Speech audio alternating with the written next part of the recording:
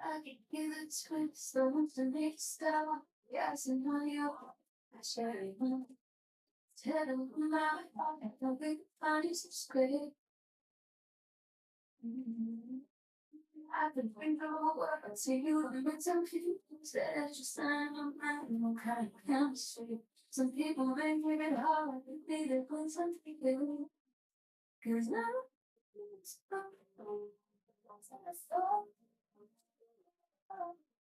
so could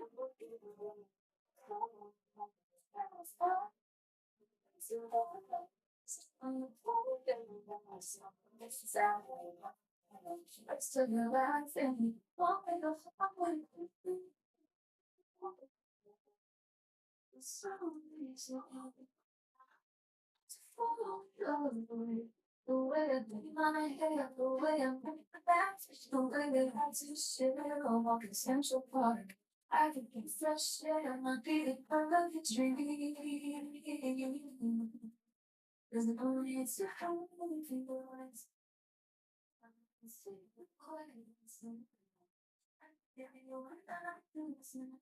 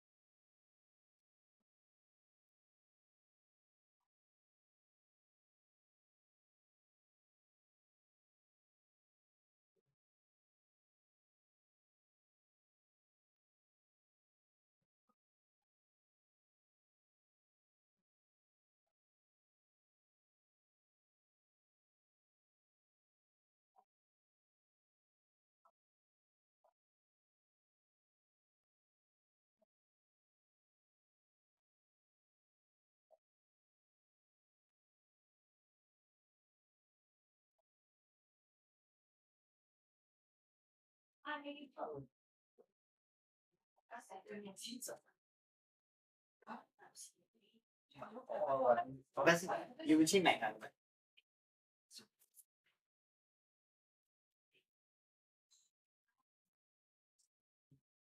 當初嚟嗰個我可能其實我問過譚醫生嘅，我都佢搬嚟個 slice，同埋佢之前有個 crown 嘅，個 crown force 嘅我嘅知。我幫你 follow up 帶我關係。好，記得。You know the lady Michelle. I'm getting so confused because one was like Wednesday 5th of August. No, so also Wednesday. Then 我突然之間我細個人之前咧，我已經搭咗個巴士啦。你等緊車站快啲上咗山嘅，不如即係幫我放鬆啦。好彩你 pick up 電話啊！我都立得到。應該要嘅。I didn't keep on top of it. You know. Thank you for picking up the call. You're welcome.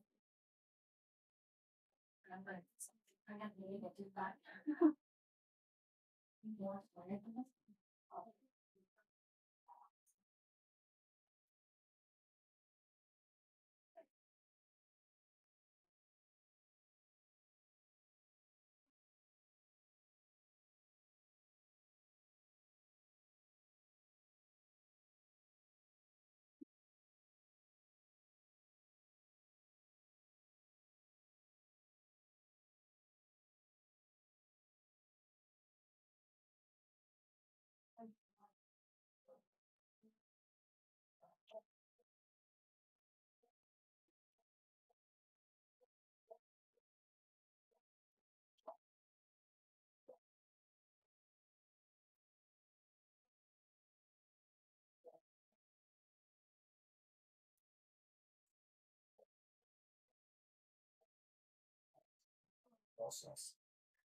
係即係冷。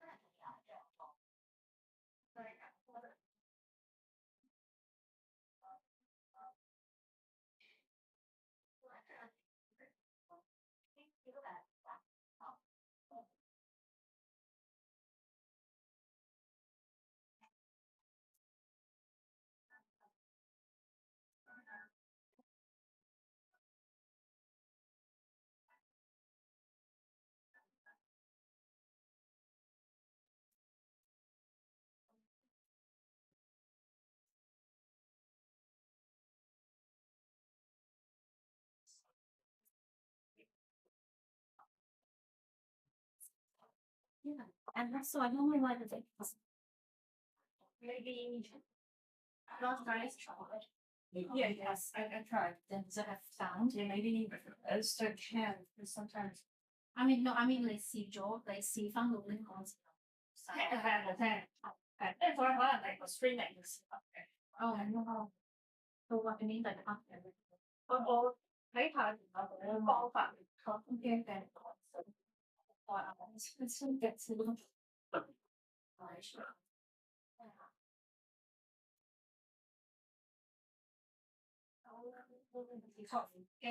Okay, make it.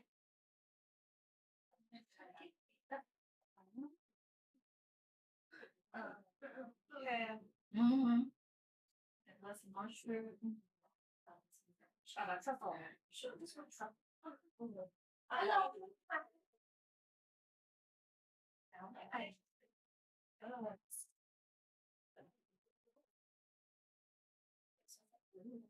I'm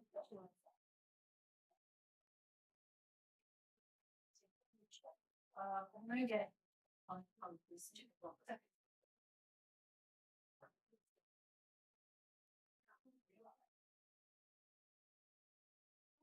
Do you have phone charger? What kind? What kind? And then lightning or yeah.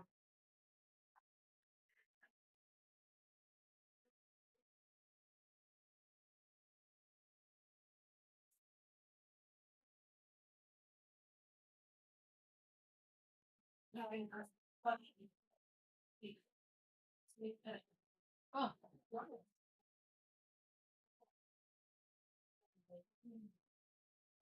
thank you.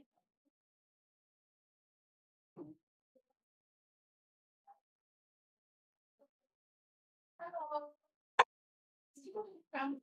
No, I didn't. Yeah, I couldn't understand. So I asked yeah. send slides to us. Yeah. Do you mind sending us the slides for the crown prep thing? Yeah, I'll okay. Yeah, you have to anything. I really wanted to go, but it did not work out.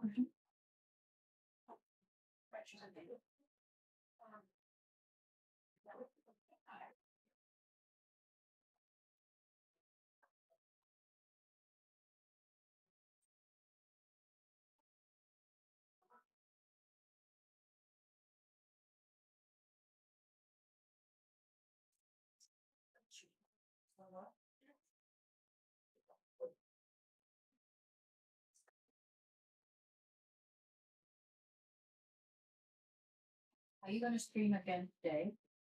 Yes. Make sure the mic is on. Yeah, right.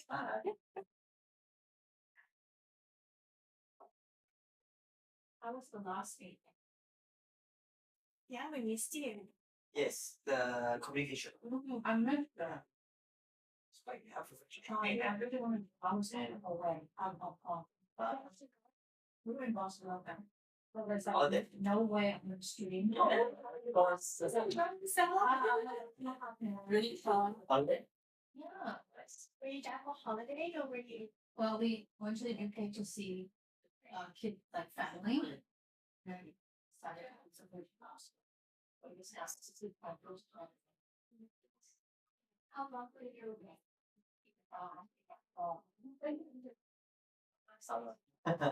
Well, you know, they're very considerate and that's nice. How's not easy. How's the family? Yeah, everyone's healthy. That's good. All there, no at home.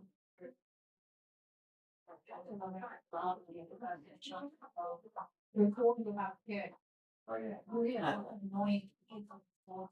I wanted to see what I wanted to see. How many kids do you have? How many? Oh, they're 9 and 11. Okay, that should be okay. That's what I thought.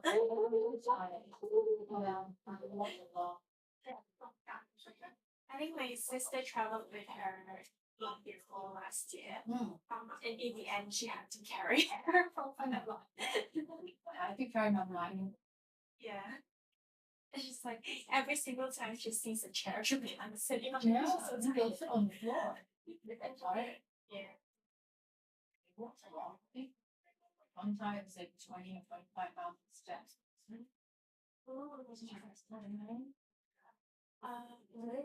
Just summer. It's not a thing for kids, people with kids, because usually go gym. Yes, they want it. Right? Yeah. So many people, not just you should travel. Well,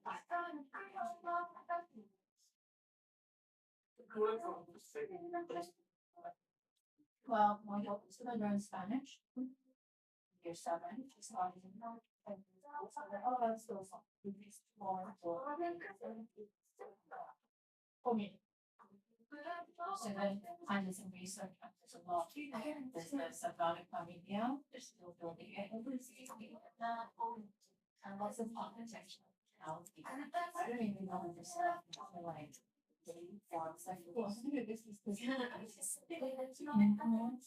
but if people friendly?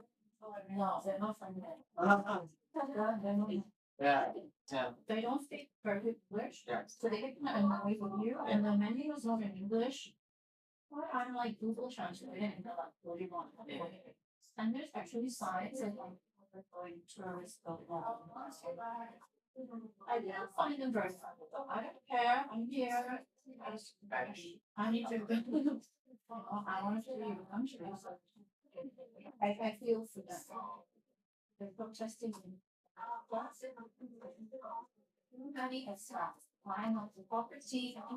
They can't afford it anymore. It does, right? But their responses to then like protests and we need. Yeah, I didn't get it. They were not friendly. They're like, they don't care. That response. Doesn't matter. Shouldn't touch everything.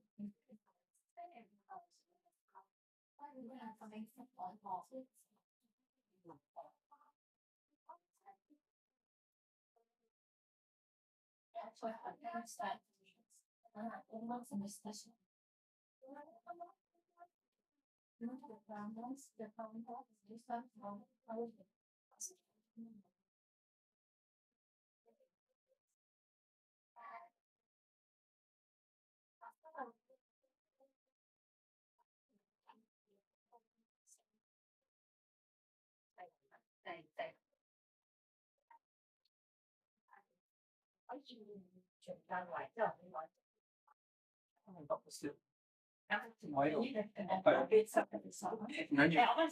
我都係個細佬教，使乜攞多時？OK，翻嚟。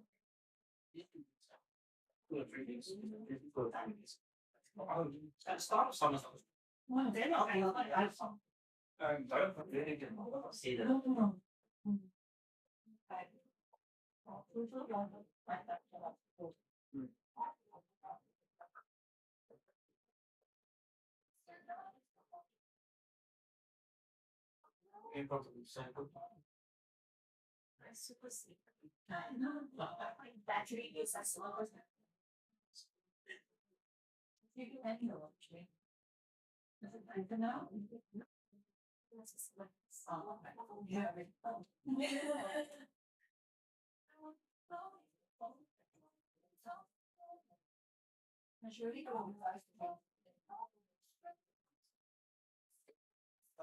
So did it copy out my IG? Did it copy out my IG? The Colgate. Oh, really? Copy out. Did I send it? No.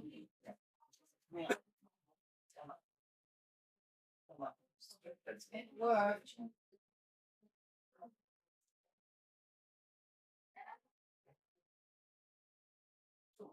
Some of the loss. It is positive.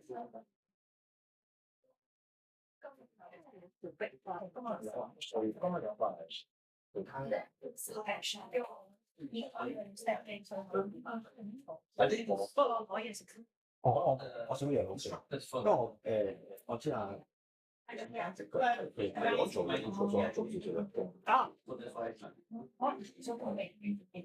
哦係啊，咁我仲有 Eric 就點解？係對啊，我到啦，我去咗廁所嘅，係啦。Yeah, so when I recorded, 啊，因為連埋mentorship。係咁點啊？所以先轉咗，我都唔記得咗。我以為我哋要做多次 intro 嗰啲嘢，即係係咯，應該係下一兩堂要做多次 intro 啲嘢，因為有 process carry 嗰啲。再之後堂係我要同個堂傾落先。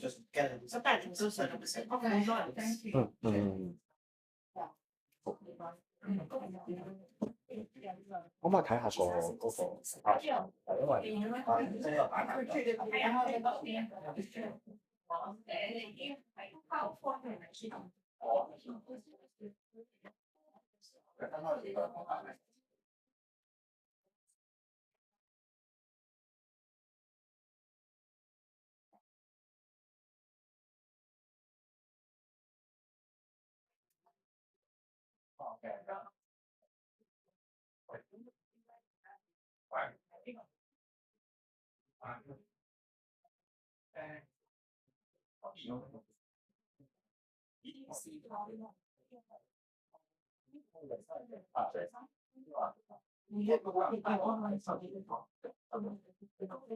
冇所謂。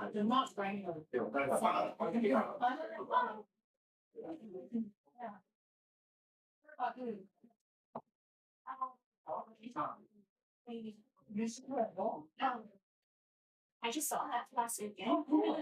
Yeah, in there.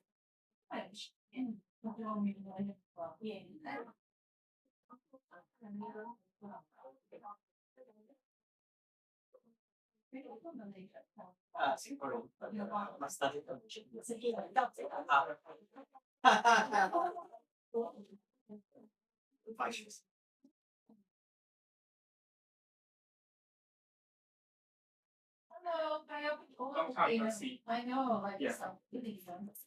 I don't know. No. They might outside. No. And yes, it is console, right? Yeah. That's why I said it's good you guys are doing it. Do you think the center's small, right? Because people. Not even simple smile. But so long primary. Oh, right, yeah. I know. The one where you on it, I used to work. We're always like, all right, I don't want to pull this 2,000. It's still like that. Not really do and all that as a surgery, but at the same time, see, yeah. I need your name like that. It's been a long time. I think when I saw him last time, they Megan. Yes. See how we 10 years just put it out there. Yeah, actually from class 03, right? Yeah. Not secret. Oh, it's okay. You know Derek? Yeah. Derek is your year. I mean, Eric's here. Derek is really about. It's like, Derek's my classmate. I love you so Yeah, this much. guy from Midland here. No, Derek. Barrett. Yes. No, I'm talking about Derek. I'm talking about Derek phone. I had a Derek. Okay. Now we talked about it. Derek's more I don't know, but probably all the people. Yeah. See, I told you I'm back home, so it's good that you guys are doing this. Still the end, still the end. I'm gonna talk, yeah. What's Yeah, sure. I'll just take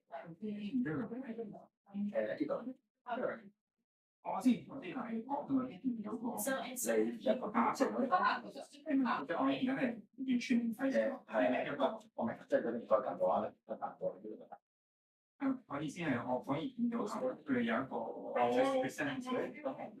she's my sister's friend. She met her at and then she works with her.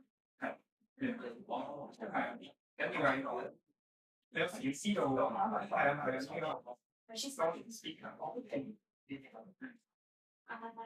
was and she was then she went to but she's open she's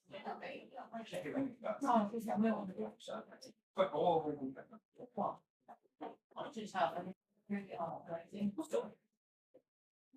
哎呀，都要話開水會啲費事咩咧？我知喎。我幫你啲咩？ What I like the apple cider? 我影呢個三隻可以知道少少，易唔易到？定係唔好易住？唔易住咯，唔易啦，唔易住。我一陣間我驚佢哋輸力先喺度出。啲公安其實安全組1、2、3，我嘗試先咗張1、2、3。Thank you, Q. Thank you. She's a specialist. It's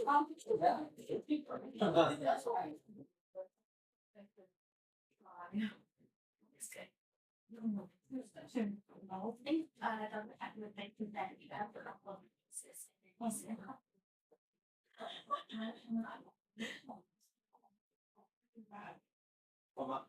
And it's been that to not recognize, right? So you compound and it's not right, and you just compound. That's what I'm trying to avoid here. It's like more difficult. Just keep it compound. 我1個月之前做嘅一個， That's fine. 佢係一個係俾個 email 做嘅翻嘅政府醫生，即係我號收都好靚，號收都冇計。佢1個禮拜之後都冇。 This kind of 頭先有線都有分間房話4三3， yeah. 跟住之後連咗I mean, you kind of have to know everything. 但係呢樣真係講嘅係，跟住之後我成 over 嘅，跟住後面佢自己不受緊張。 It's not right. Sometimes it's fully reversed. Sometimes it's fully. 咁但係個方温度咧要 stay away from 個呢件事，跟住我 iPad 咧係喺個 position 係啦個 step 咁行住。如果我係其實你冇人做嘅，即係之後有個意思嘅。 但係你應該係因為係因為我想問咧， And then I'm just like, and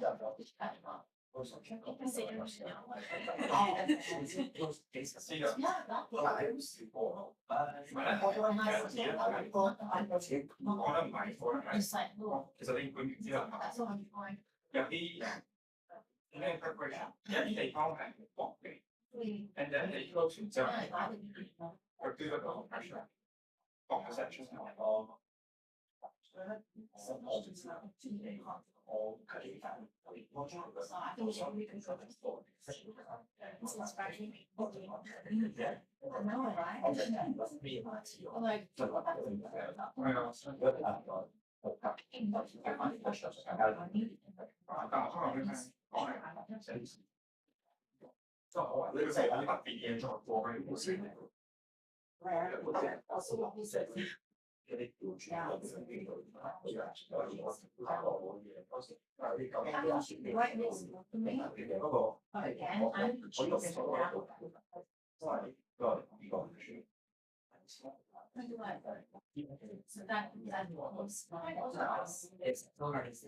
Oh yeah, you would you missed that one. You need to look at it again. Just ask yourself.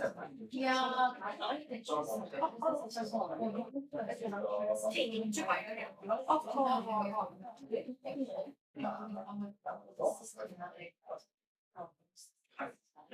Because I don't know. 不過有時唔對身體嘅，即係連個體質啊。不過有時嘅洗鼻都係跟住個先知性嘅時候，所以我又驚。係啦，如果佢本身係幾好，但係我有時比較好氣，就變咗。如果你係本身係洗， that yeah, the fellowship. And I don't know. I that's all. Anyway, we have to fast. But at least there's only just 8.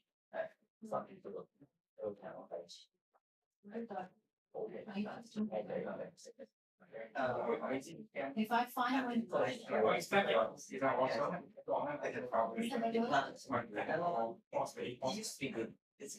getting okay.都幾多係高咗，而家係反思。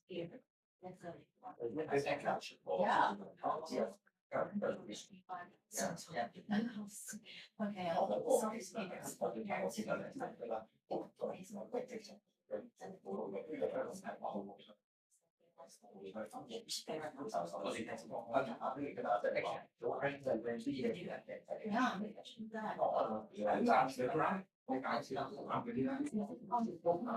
5 days.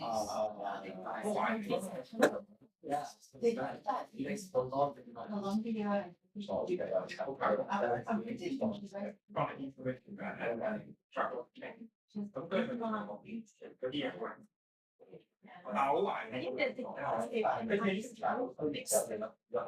Yeah, it's not, it's not to never say things wrong.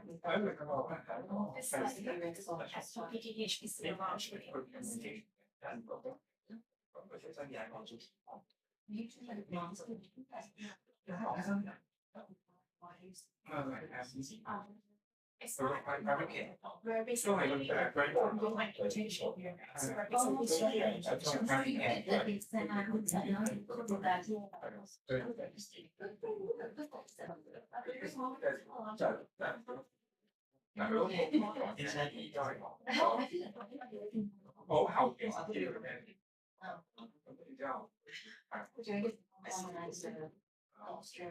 Yes, fresh up.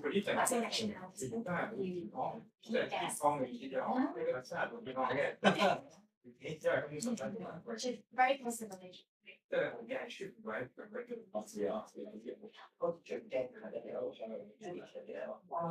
I was born into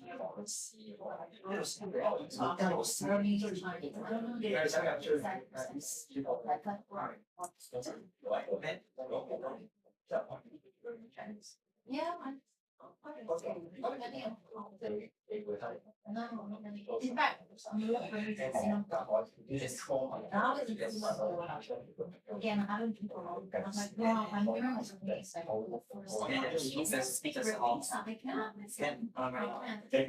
was like, wow. But then mainly like yeah.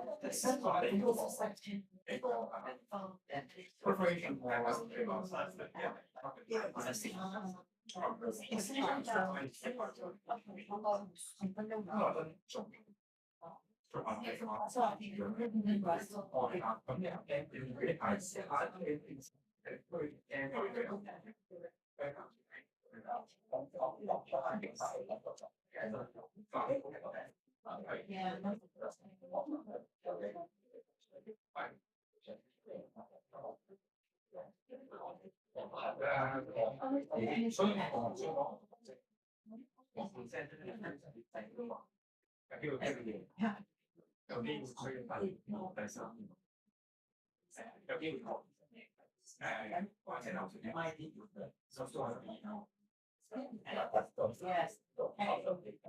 Hey.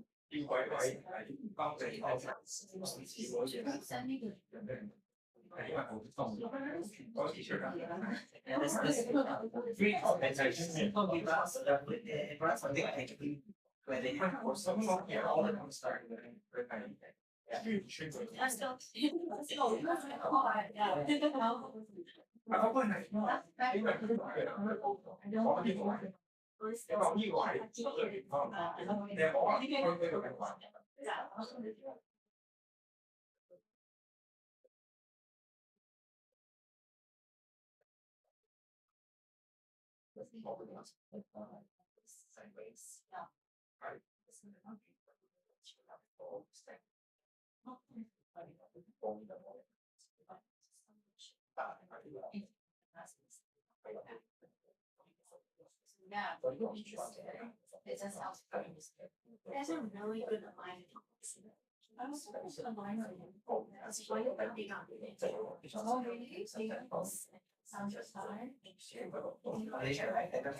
Year long. It's a year long, year long. Yes. It's just 4 months. Yeah. She's Malaysian. She has a stay.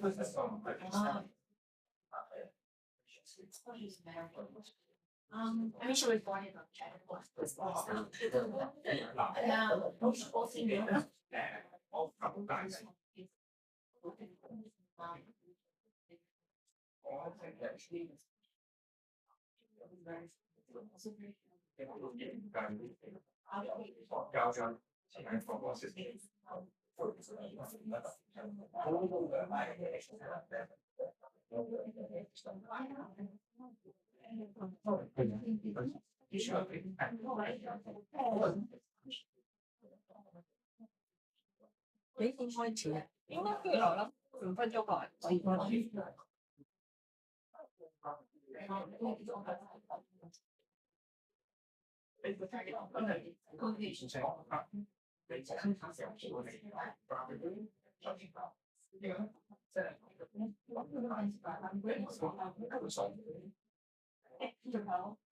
You can follow the dance of the people.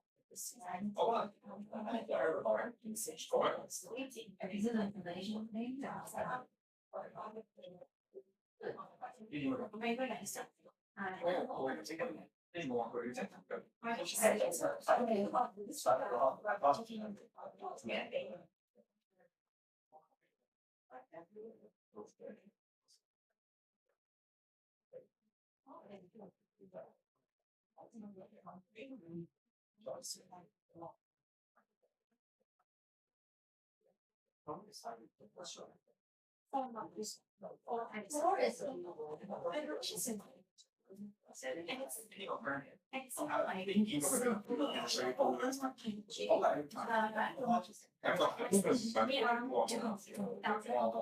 Really? What do you mean for good? Okay, that's fine. That's a different slightly hands-on. But also because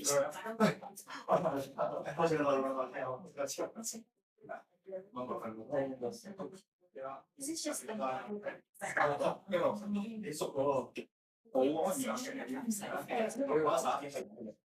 I really want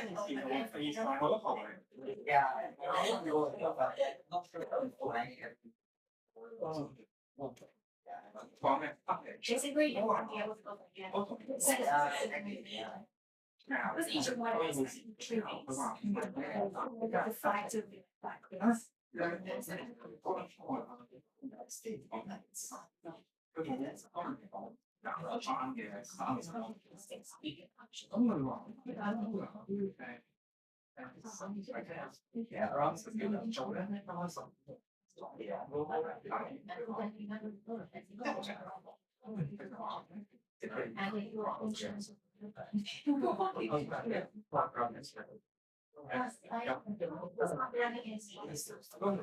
This year was the last.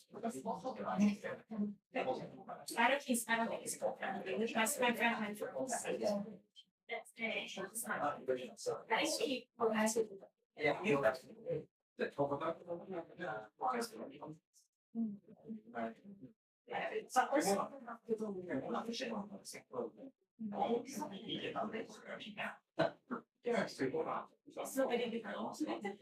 I know one.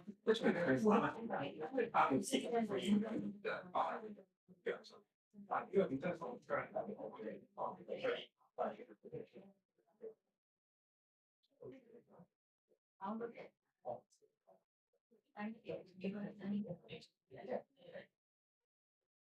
If anything's good, yeah. Right now, no. Let's see.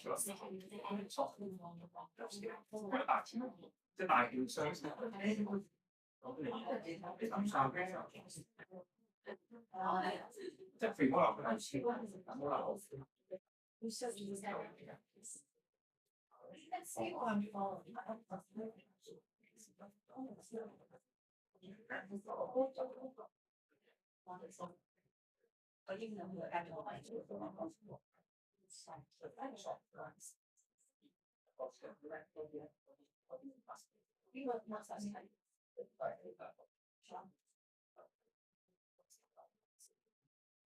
Yeah, see, I feel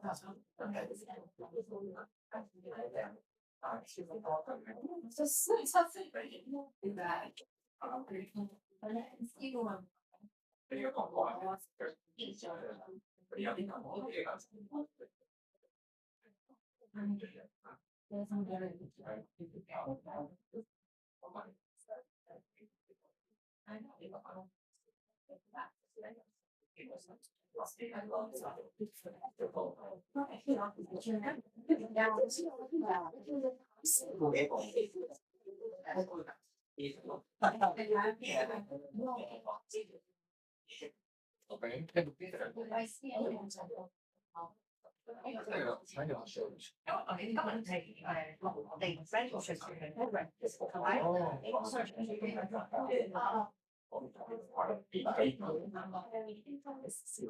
我哋差唔多。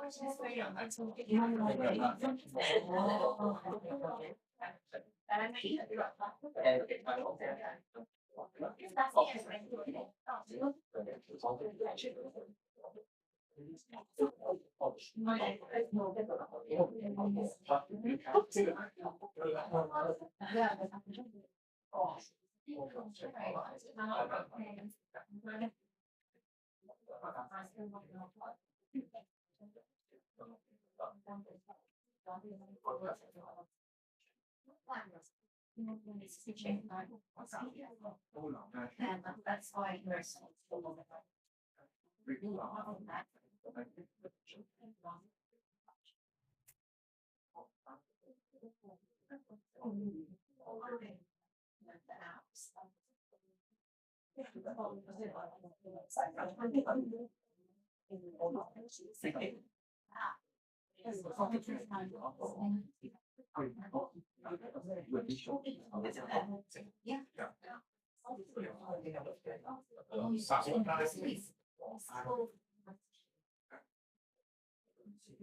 It's a jazz I just use the AR.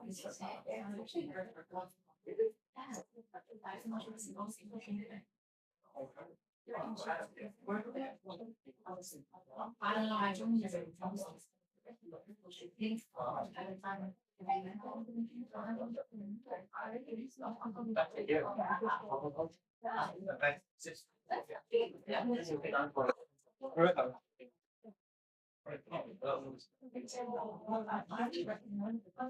They consider I know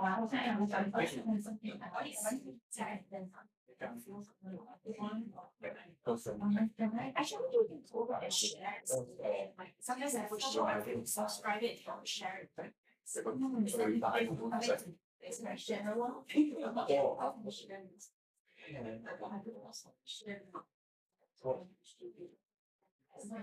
Sometimes yes. That's my best shares.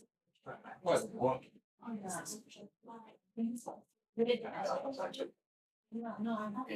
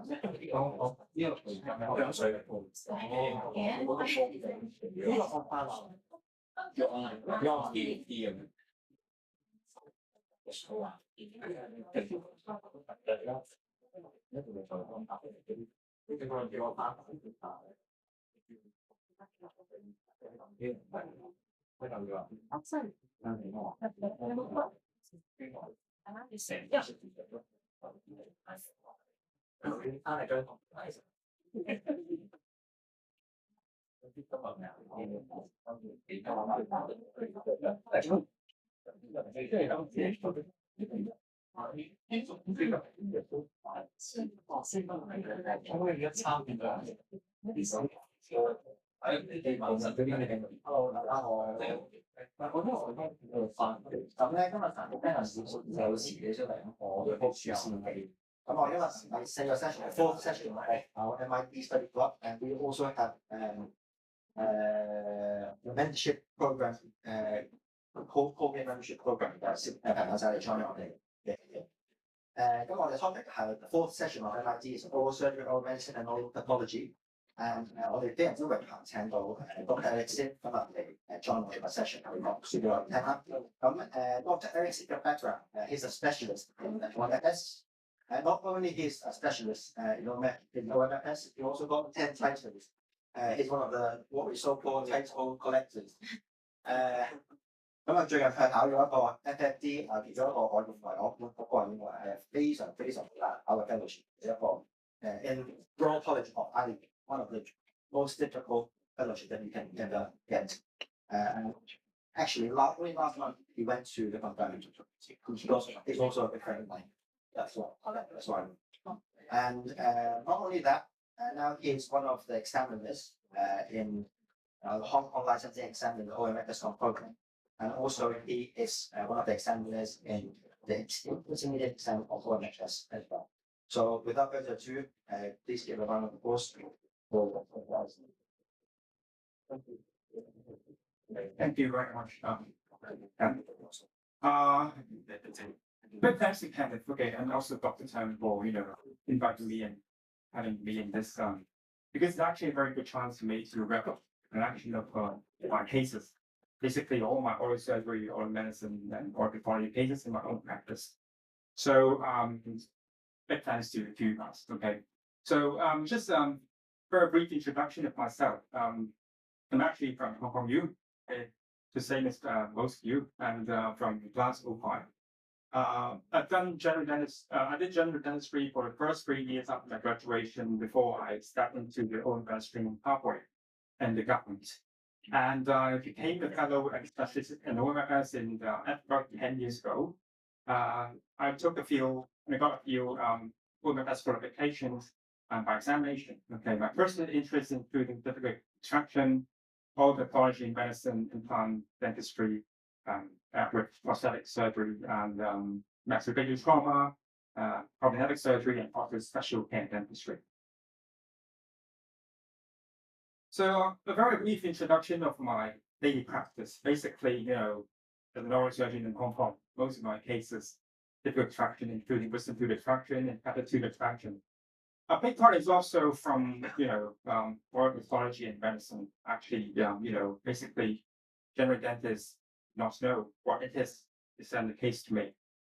Surgical endodontics, surgical orthodontics as well, and implant dentistry, of course, and a small proportion in the general dentistry and special care dentistry, and also TMD.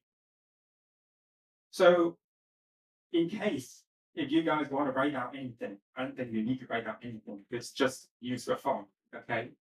Just get the QR code. It's actually the same presentation, okay? It's just a presentation. This presentation in black and white, okay? White background, black rose, okay? Black rose, so that you can print that out if you want the hard copy, okay? And also my personal pictures, okay? You got it? Every one of you? Okay, thanks. So about this chapter, okay, of the lecture series, okay. I would declare that I have no financial ties to any product or company. Okay. Basically, all clinical photos I use in this lecture, most of them are from my own collections. Okay. A very, very small part of the photos actually from a public domain, okay, released willingly by the author. And this is not an implant course or workshop, and it's not about improvement in surgical techniques and prosthesis design, installation. Is actually about examination and how we, should practice our general dentistry relevance to oral surgery. So I'll try to make everything clinically relevant and exam oriented. Okay? Different literature will be used.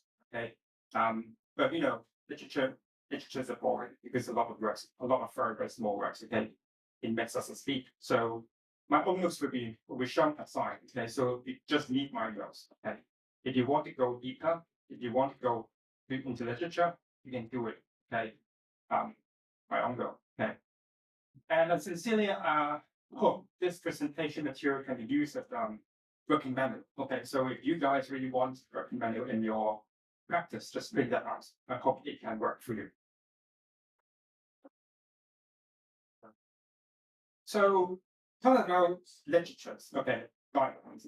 I can tell you that the United Kingdom is actually a guideline country. Okay, if you have taken MFBS, things like that, any examinations by from the Royal Colleges, basically they talk about guidelines because they have they're actually a guideline country. Okay, so we have basically if we talk about guidelines, we have a few literature we have to go for. Okay, basically the SD. CEP, because it's actually from Scotland. Okay, if you're taking an Edinburgh examination, basically Edinburgh is Scotland, Scotland is Edinburgh. National Health Service, of course, it's actually the government service. They do publish guidelines as well. Okay, and also the NICE guideline. I think you heard of guideline, NICE guideline before. Okay, just a very, very quick going through. Okay, we know that all examinations from the Royal College, they do have a blueprint. Okay, blueprint actually means syllabus. Okay, so if you want to do the examination, if you want to do the membership on implant dentistry, just look at it. Okay, it has a very, very well written blueprint. Okay, so I did some, scanning, and I, picked up all the relevant topics, basically my areas. Okay. So it did talk about relevant medical history, local and risk factor, different kinds of investigations, including blood tests, heart and soft tissue diseases, radiographic findings, medications, different kind of medications, including drug interactions and adverse drug reactions. Look at anesthetic, sedation, heart and soft tissue augmentation, then needs and relevant materials. Okay, wound closure and suturing techniques and materials. Okay, so basically, if we have a summary, this is the summary. Okay, I'm not going to go through every one of this. Okay, but most of them. Okay, for those who are going for the examination, I think in my area, the relevance area, in oral surgery, oral medicine, you need these 8 points. Okay, you need to study these 8 points. Okay, but for those people from the Colgate Mentorship, I think it all depends on how much you want to know. Okay, all about I think they're also relevant, and some oral pathology in medicine as well. So let me just give even a better written summary. Okay, areas to cover in this lecture include oral surgery, oral radiology, especially Colgate CT scan. Okay, general medicine relevant to dentistry, oral medicine, and pathology. Basically, in the coming 1.5 hour or shorter time, okay, I'm going to cover everything. So I want to do some, clarify some definition. Okay. Oral surgery is actually a study of operative procedures mainly involved in diagnosis and treatment of oral diseases and surgical conditions. Some examples from our own clinic: dentistry removal, fistula repair surgery, OAF repair surgery, and sinus augmentation. So it's basically about cutting removal, repair, and augmentation. Oral medicine, on the other hand, is actually a study. Okay. Basically the relationship between oral conditions, oral pathology, and general medicine. So it actually bridges the gap between dentistry and general medicine. For example, we have an iron deficiency case. Okay, this patient, and he actually presents with us a very, very weird tongue. Okay, full ulceration, extensive ulceration, very, very painful. So we have to look into what is actually happening inside. So we carry on blood tests. Oral pathology is actually the study of oral diseases with focus on the clinical presentations, imaging features, and microscopic characteristics. Can either be soft tissue or hard tissue pathology. Okay. This is actually this case, okay, an OKC case. So we may say it's actually soft tissue pathology or actually intrabony pathology. So It's actually quite common, okay, not uncommon. Cyst pathology, okay, OPC is not that uncommon. Sometimes we have to do some, soft tissue biopsy, okay, especially we've got a lot of, oral lichen planus case or oral lichen reaction cases. So if the patient wants to know more about the diagnosis, you have to do a biopsy. And well, this is an osteoma case. Okay, so it's obviously hard tissue pathology, and the patient wants to get rid of that bone protuberance, which has been there for many years. So we did a surgery to cut that thing out. Okay, protecting the momentum exactly before cutting that thing off. It actually gave a lot of pressure to the mental nerve. Okay. So oral surgery. Okay. So I think for general dentists, we mainly focus on dental oral surgery. We're not going to talk about maxillofacial trauma or that things like that, okay, because it's totally irrelevant to you guys. We actually have a list, I think, it's relevant to general dentistry. Oral surgery relevant to general dentistry. But those, procedures marked in red, I think all of us should know. Okay, because so extraction of impact wisdom tooth very common. Okay, implant. That's the reason why we're here. Okay, management of dental infection, actually quite common. Any patients that walk into your clinic can be an infection case. Okay, repositioning of luxated lavals tooth dental trauma actually quite common, especially in some those marked in ways. Okay, if you're confident to do it, just do it. If you're not, just refer that your place to a specialist friend. Just a very, very quick going through. Okay, so the extraction of impact wisdom too. It's actually focused from a case, I did many years ago. It's actually 8 years ago. Okay. Very, very nice. We taken photos horizontal impaction. We cut over the gum tissue to expose the buccal bone. And then we have a bone guttering. I use the radiograph to mark where I actually cut. Okay, so to make the presentation even clearer. Okay, that's normally what I do. Okay, bone guttering from the mesial, buccal application point all the way to the distal buccal point. Okay, and what I normally do is also the guide hole cutting. Okay, I do that all the time in all cases, because I don't want any slippage of the back shiver. Okay, so I use my round burr to cut the hole first.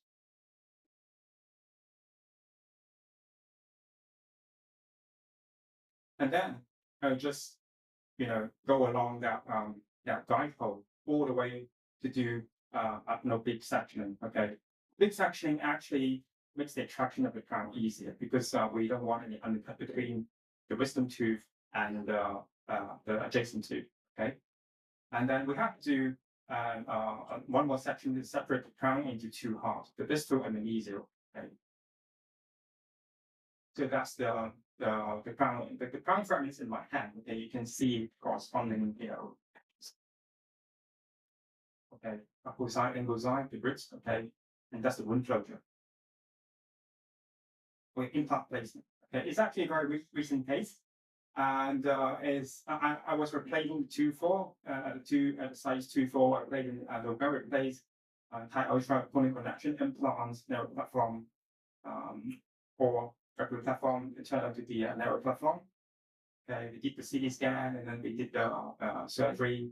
Quite straightforward. I don't need any relieving incision. It's actually just a trapdoor incision. We just raise the whole area. I mean, expose the whole area of alveolar ridge. Okay, and then we have the direction indicated in place. I normally took a PA to verify my angulation and positioning. And then I put in the implant. And since we have a buccal bone defect, I did the guided tissue regeneration as well.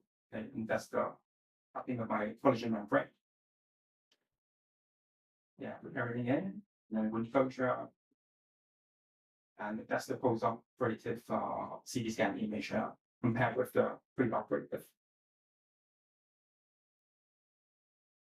Crown lengthening surgery, yeah, we do that sometimes for better retention of the facial crown, because in such cases, basically the crime rate is not enough. Okay.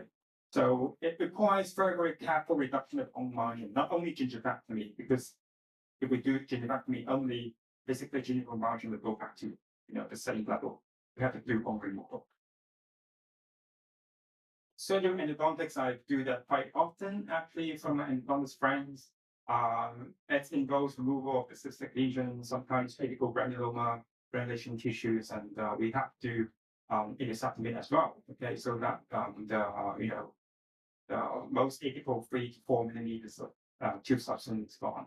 Okay, we have to guarantee a very good healing, very, very good healing after the surgery.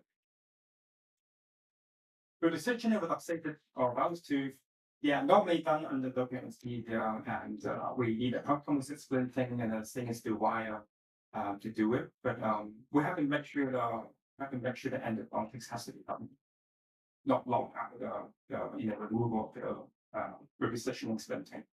I mean the fixation splinting. Dental infection, that's one of the areas I think we should know, all of us should know. For very, very small abscess, we can just do the IMD by ourselves. Okay. And we use a scalpel, we do blunt dissection with artery forceps, and then sometimes we can use digital pressure to make sure all of the discharges is out. Okay. Pre-prosthetic surgery, this patient is a very, very old lady who came for the removal of soft tissue, a very, very extensive redundance of soft tissue because she wanted to have a complete denture done, but obviously we couldn't take an impression with that bunch of soft tissue, so we have to do a surgery to remove this. Have to do a surgery to remove the redundant soft tissue. Sometimes pre-prosthetic surgery and the part in those part tissue too. This patient who didn't really need a denture because it can be seen fully that face, but very, very ulcerated torus and palatine. Okay, so he came to us for removal surgery, and then we just opened that, the flap and cut the torus into four parts, and then we take the fragments one by one. Before we put in a splint, this splint actually serves after repaction, and also it works as for hemostasis. So the exposure quite common actually because we have some orthodontist friend in my practice, and we normally on the request we do a very, very small exposure of that area. We do very very good moisture control before we put on the gold chain. Then we let them for 2 hours slowly. And also as for my orthodontist friends who want external anchorage for orthodontic treatment, so we normally place TAD mini bone screw, mini implants like this. Okay. Actually, my friend is a very, very high, actually quite demanding. He wants me to put the bone screw parallel to the axis, so they don't want any interference with the tooth. So basically, it's actually quite demanding and difficult. Okay. Radiology. Okay, just a very, very perfect revision. Okay. This is the most I like most. Perhaps because I was trained in the government hospital. I mean, in hospitals, if we are using a medical CT, a conventional CT, we don't have any along the arch here because medical doctors are not looking at dental arch. They look at the different internal organs, different structures, bone structures, blood vessels, things like that. So we in the government hospitals normally we use the MTR mode, basically X, Y, and Z. Okay, 3-dimensional. The axial view, the frontal view, and the sagittal view. Okay. So just a very, very quick revision. Axial view is just like looking through the patient from above. Okay. So if we're talking about oral surgery, if we're talking about wisdom tooth extraction, a horizontally or mesial-angularly impacted wisdom tooth would just look like a simple sketch of a molar. Okay. But a vertically impacted tooth will be shown in this cross section. Okay. Frontal view. Okay. Frontal view is just like looking through the patient from the front. Okay. A horizontally or mesial-angularly impacted wisdom tooth will be shown in this cross section. Now, but a vertically impacted tooth, we just look like a sketch below that. Okay, so basically the red line, okay, actually defines the plane in that image. Okay, so that's the front of it. Sagittal field, okay, also defined by the red line. Okay, so it's just like looking through the patient from the side. Okay, normally the right side. Okay, horizontally obese and impacted wisdom tooth would become an oblique or shortened or section most of the time. Some important structures may be missed. So I can tell you that because the sagittal plane is always a vertical line in this field, okay? But we are looking at the arch, okay? A U-shaped or V-shaped arch. We don't need this sagittal. Instead, we need this. Along the arch field, okay? Basically, different softwares, different brands of CT scanning softwares, they do have along the arch field. So you mark points along the arch, and then when you use the mouse to go through the images, it actually, just walk around the points you just mark, the path made by the points. So it's just like looking through the patient from the side, but always perpendicular to the arch. Okay. Impacted wisdom tooth will be shrunken into form at its full length. Okay. So by adjusting the plane, okay, by adjusting the plane at the perfect angulation, we can actually cut through both the two and important structures, including the IV canal and adjacent tube, so it can be seen at the same time. Just imagine you're doing the surgery. You don't want to adjust the plane, means the plane cutting through the image. So either you want to use, you ask your nurse to do it, or you do it by yourself. But by adjusting the correct plane, basically you can just finish the whole wisdom tooth extraction surgery, looking at that one image. So why do we need to consider different fields? Okay, for example, this case, okay, along the arch field, it actually shows it looks conical. Okay, conical. The IV canal at a distance away, yeah, that's actually true. Okay, surgery extraction looks easy, but look at the cross section view. Can you see the tiny hook there? Yeah, actually very, very sharp. And the sharp tip of the rib tip actually means if you don't do any bone guttering, you don't do bone removal and tube structure at that area. Okay, it's not really close to the IV canal, but actually are close to the lingual space. So we don't want to take it risk. Okay. In this situation, I still took out the tooth, okay, but I had to do some tube sectioning, and then by doing this and some bone removal before that, the hook can be taken out without fracture. And sometimes we have to consider the IV nerve as well. Okay, the IV nerve encounters sometimes unavoidable in very difficult cases. So it all depends on how you select your cases. CT scan, okay, CT scan box scan in different fields can help us avoid or reduce injury to the IV nerve during encountering it. Okay, because you know where to work on and where to avoid. And sometimes we have to, well, talking about implant dentistry is actually very important because consideration is always necessary along the planned path of implant insertion. If you're using a wrong plane, so basically some bone deficiency may be missed. There's some bone deficiency, the size will be missed. So we have to, when we do the implant, then we have to make sure that the plane is correct. It's along or nearly along the path of insertion of your plant implants. Back to this case, so actually for post-operative evaluation, I normally adjust my plane along the implants already placed so that I can appreciate my own work better. Okay, general medicine. Okay, just a very quick going through of the oral surgery, and I believe basically every one of you knows how to do it. Okay, but general medicine relevant to dentistry, it definitely needs some reminder. Okay, especially about different medical diseases and some drug interactions. Okay, along this different chapters, actually a whole pillow thick textbook. Okay, but we don't need all of them. So I did make some efforts to to shorten everything into 7 pages. Actually, a very good summary. Okay, So just 7 pages on it. Okay, different diseases we encounter from any patients walking into our dental clinic. Okay, blood disease, we have bleeding tendency. Okay, which is very scary, can be very scary. It can be congenital. It can be due to medications, and some liver disease, renal disease, malabsorption can also give this bleeding tendency. Okay, anemia, iron deficiency anemia basically is the most common and most commonly asked topic in examinations. Okay, risk of general anesthesia.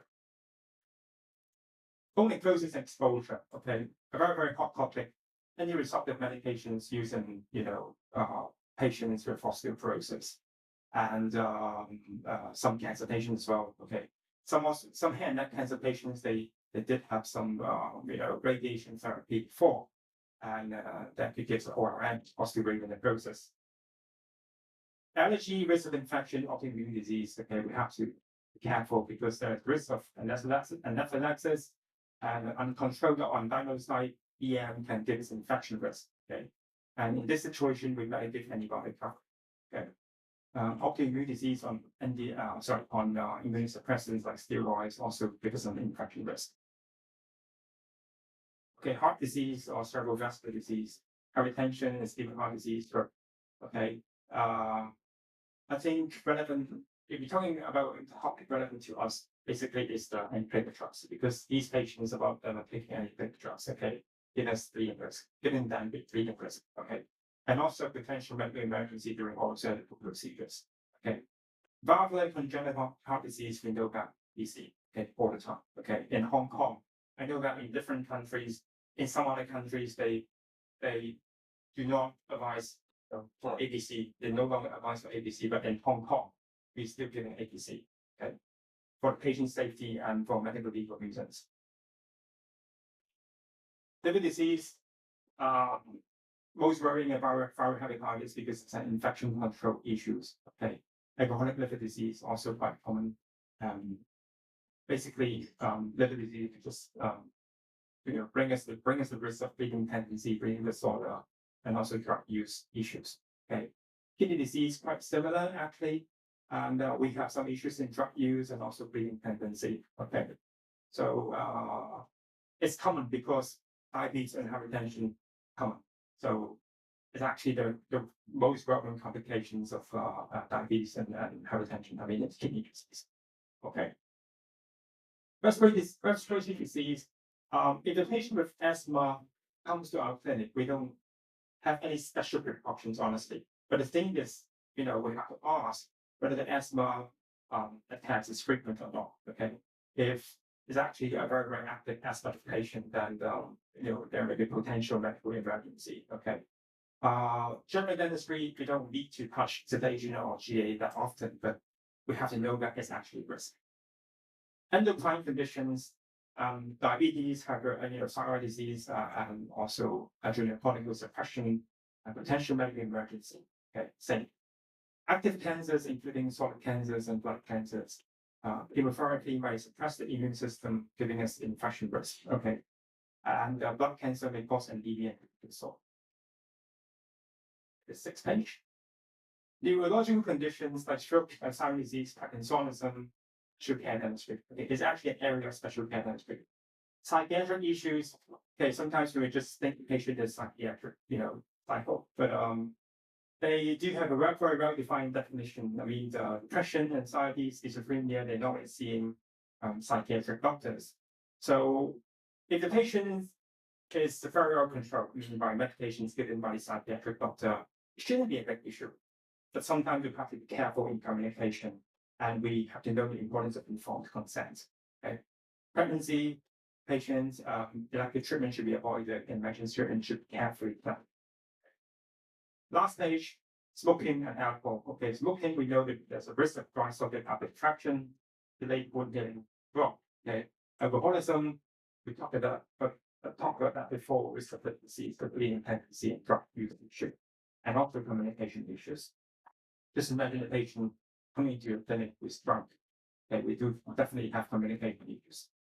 Physical disability like osteoarthritis, rheumatoid arthritis, cerebral palsy, special care dentistry.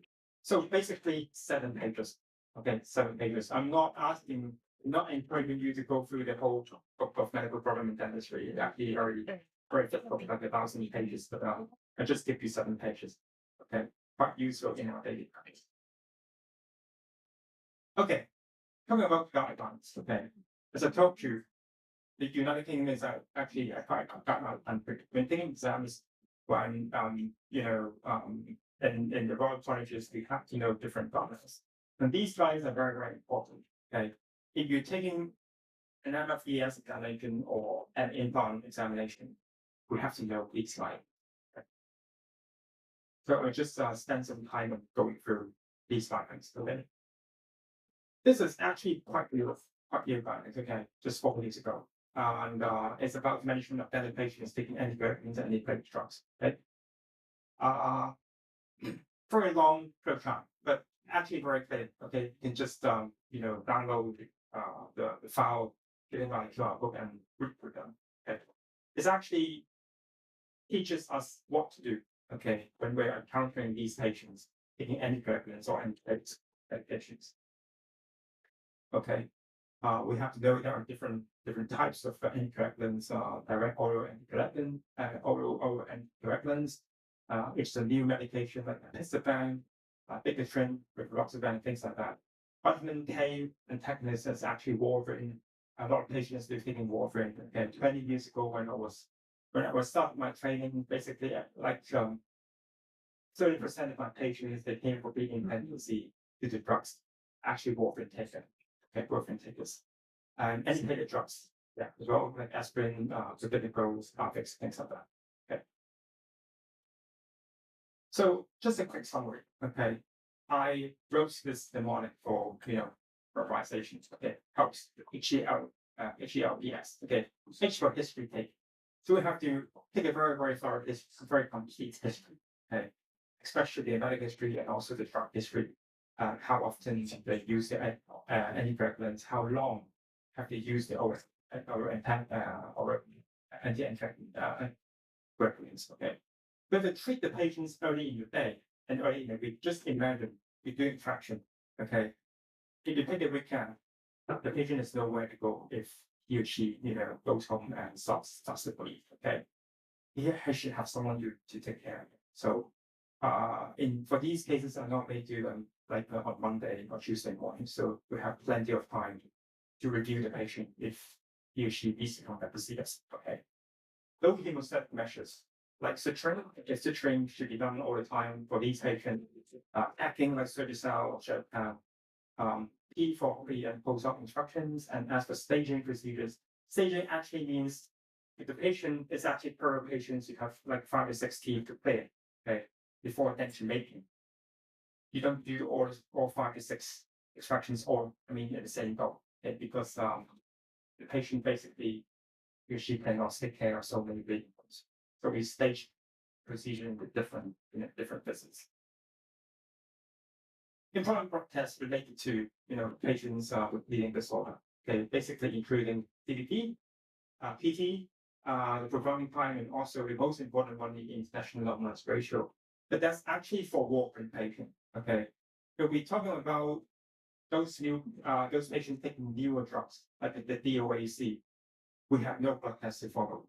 Okay, so we have to rely on the habits of the drug taking. We have to ask the patient to talk to the patient. Okay, and also APTT and also the liver renal function test. Okay, because they're all related to the bleeding tendency. Okay, how about the MRI? So that's actually medication related osteonecrosis of the jaw. It's defined as exposed bone or bone that can go through a fistula for more than 8 weeks. So there's always a history of use of anti-receptive medications or anti-angiogenic drugs. There's no history of radiotherapy because if there's a history of radiotherapy, we just define it as osteoregulative process. Of course, sometimes the bone cancer can manifest as bone exposure, so we have to make sure there are still cancer or metastasis from outside of the body. Okay. Bisphosphonates, okay, the most commonly used in Hong Kong. Okay, if you're talking oral dose, phosphonates. Okay, a lot of patients, old ladies are taking phosphonates. Okay, and also the syntonase and also endocrines. Okay, the words in the for example, actually the brain waves. Okay, so we're talking bone injections. Okay, 6 months, every 6 months.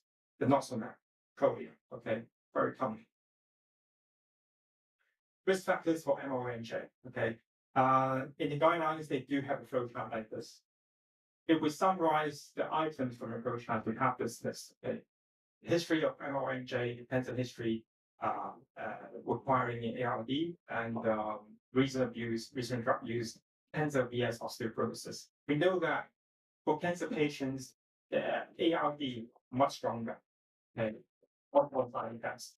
So much stronger side effects. So we have to be careful. And osteoporosis, it doesn't mean that those patients with osteoporosis taking ARD are less risky, but the risk of having osteonecrosis is actually smaller. Okay.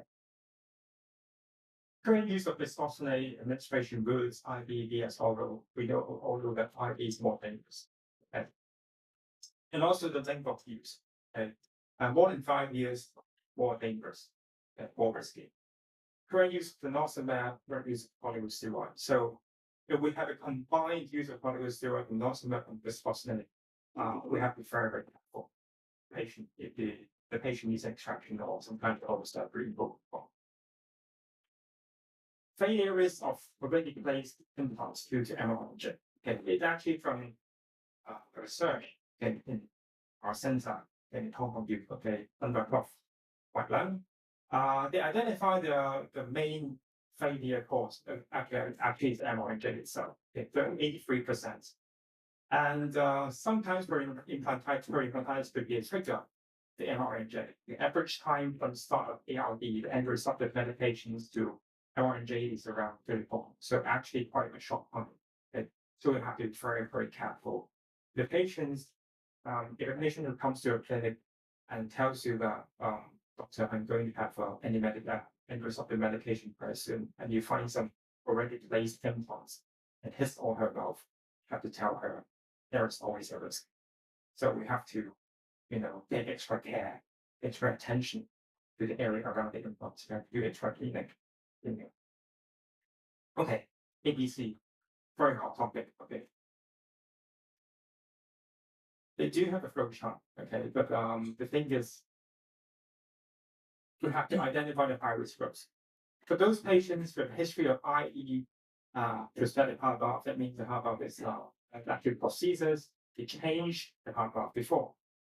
Untreated cyanotic congenital heart disease, treated for palliative means actually means something incomplete. It's not a complete repair. Ventricular assist devices are kind of fun. Actually not very good, not a very, very common situation in our dental practice, but I have to note this. Moderate risk groups, okay, more common. Preventive heart disease. Actually, a lot of walking patients in Hong Kong, they have rheumatic heart disease, so they still living. Degenerative valve, actually quite common. Valve anomalies, sometimes we don't know. Most common one is MVP, the mitral valve prolapse, okay, basically 2 to 3% of our population. Okay. Cardiovascular implanted electronic devices. For old patients have bradycardia, which means slower than normal heartbeats. They need a pacemaker.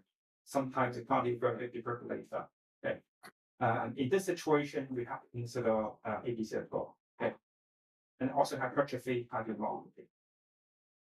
But having said that, the moderate risk groups, ABC generally is not needed unless the patient's medical doctor says yes. I can tell you from experience in Hong Kong, a lot of medical doctors they tend to play safe. So they normally say yes. Okay. So we went on the ground and say no, because they're the medical doctor. Okay. The risk level, okay, about procedures. Extraction, IND, perio and endosurgery implants, first and second stage. Literally all procedures involving soft tissue manipulation, they need to receive. Okay. But we have to know at the same time because we have a lot of reasons to give antibiotic coverage. We have to know the adverse events as well. Okay, hypersensitivity, anaphylaxis, adverse drug reactions, antibiotic-associated colitis, so the patient may get diarrhea of the antibiotic use. Okay. Community resistance is actually kind of responsibility. We don't give, antibiotics that easily. Okay. Patient's discussion 8. Okay. Risk of IE developments and signs and symptoms of IE have to be discussed with the patients. Okay. So the guidelines actually include patient discussion 8. Okay. Take an example. If the patient belongs to the high risk groups, okay, i.e. history, so i.e. before, okay, or percent or congenital heart disease, which is often a sign of type. If we do oral surgery, including implant surgery or wisdom tooth extractions, and we don't give ABC, the risk is about 2.5%. So 1 in 40 may get it. Okay, so actually quite high.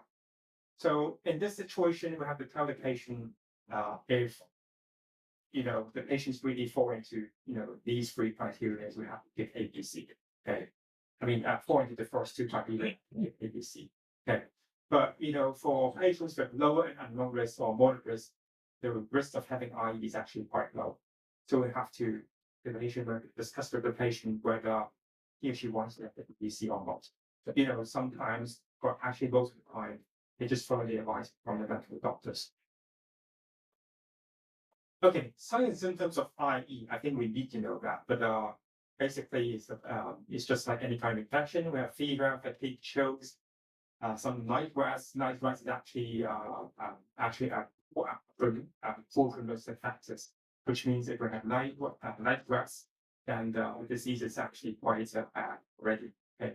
Shortness of breath, which means very, very fast breathing, unintentional weight loss, pain from muscle, joint, and back. Okay. So about the regime, okay, not exactly 1 hour before the operation. Sometimes 30 minutes can do. Okay. So between 30 minutes and 60 minutes pre-operative should be okay. Okay. Amoxicillin is actually still top in the list, but we don't give clindamycin now because clindamycin, from the old guidelines is actually associated with a high risk of diarrhea. Okay, so we don't give clindamycin anymore, but we can still give clindamycin without we warn the patient about the risk of having diarrhea and GI distress. Okay, we give clarithromycin and azithromycin. They actually belongs to a group known as the macrolized antibodies. Okay, child patient does not necessarily. Okay, sorry, does not need that. Okay, we don't have child dental implantation. So regarding the examination. The implant examination basically is totally irrelevant because we do not have child patients having implants normally. Okay. About the child dose regime for those having who wants to extend the knowledge in general dentistry, just take the child dose as the reference. So for prosthetic joints, very, very easy. Okay. The latest guidelines for 2025 about ABC for prosthetic joints patients, they actually say that ABC is not necessary. It's no longer necessary in those with prosthetic joint. But back to the question, okay, if the orthopedic surgeon or medical doctor says yes, we don't have any reason to say no. Okay. Steroid cover, also a very hot topic. Okay. It's actually from an NHS guideline, and we have to know that different diseases, okay, actually means that the patient at risk of adrenal crisis, they definitely need to have some steroid cover because without steroid cover, it may be a medical emergency. Okay, I think the hottest group would be always be the patients on long-term steroid because a lot of diseases they need long-term steroid. Okay, and just a very, very quick background information reminder: cortisol actually equals to hydrocortisone. Okay, the cortisol is the physiological form of hydrocortisone. Hydrocortisone is the drug you give to patients. Okay, basically the same chemistry. Okay, produced by the adrenal glands and the kidneys. Okay, it's actually natural steroid to put with stress of illness and injury. So adrenal crisis when not enough. Okay, so these are the general indications. Actually, it's actually from dental updates article. Okay. Very, very well written. Okay. Although it's just dental update in dental magazine. Asthma, allergic rhinitis is quite common. Rheumatoid arthritis, SLE, lichen planus, they are all indications of having, of need of use of long-term corticosteroids. So features of adrenal crisis. What if we do not give steroids to those patients? Basically hypertension, okay, meaning low blood, and hypoglycemia, meaning low blood glucose, okay. Without a good level of blood pressure and blood glucose, you may just faint, collapse. Okay. So weakness, headache, confusion, nausea, vomiting, abdominal pain, leg pain, lower back pain, and we may just lapse into coma. So the steroid coverage regime, okay, very simple. If we're talking about implant surgery or any kind of MOS, okay, we believe it's actually belongs to some kind of major dental surgery. Okay. Although implant surgery most of the time is kind of like MOS, okay, minor dental surgery, but it actually falls into the major dental surgery in this guideline. So what we have to do is 100 milligram of hydrocortisone injection just before the local. Okay. I wonder how many general dentists would do injection. I am injection, but this is the literature, this is the guideline, we just follow that for examination. Okay.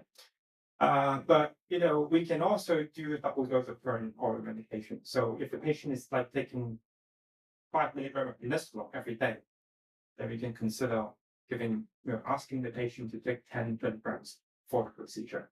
Okay. And for 24 hours. So just a very quick review of drug interactions. I do think this is actually a very, very negligent topic because I can tell you both of us, I leave those trained in Hong Kong, we don't have a very proper training in drug interactions in dentistry. Alcohol and metronidazole, I think we heard about that. Okay, between alcohol and metronidazole, we normally have we're supposed to have a very good instruction on the label if we're giving metronidazole. Just imagine a patient who has penicillin allergy, we're giving metronidazole. If the patient likes to go to drink, and like before, we have to warn him or her, please, no alcohol in the following days. Okay, why? A suffering-like reaction. Very, very bad. Okay. Nausea, vomiting, headache, tachycardia. Okay. Then you would be given chronic antibiotics or start the alcohol. Between warfarin and all SO drugs, I actually talked to a student who was from the United Kingdom. Okay, he did this DDS in Glasgow. They told me that the drug reaction between warfarin and ASO medication actually a must-know topic. Okay, but in Hong Kong, I don't think so. I don't know why. Okay, warfarin, anticoagulants, okay, is actually very, very common use. If we give metronidazole, we can kill the patient. So, warfarin is very common. Metronidazole also very common. We don't mix them together.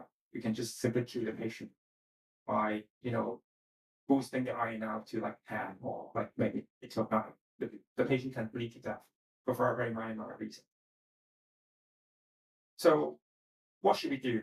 We use something else. Okay, we use non-acid drugs. Okay, another example of acid drugs is fluconazole we use in oral cannabinoids. Lithium, actually quite commonly used for those patients with bipolar disorder, which means shifting mania and depression. Okay, sometimes very happy, sometimes very unhappy. Okay, short-term medications given by dentists like NSAIDs, very, very common. Okay, between lithium and NSAIDs, we give you renal, gastrointestinal, and CNS specifically. So we don't give NSAIDs, we give paracetamol plus opium.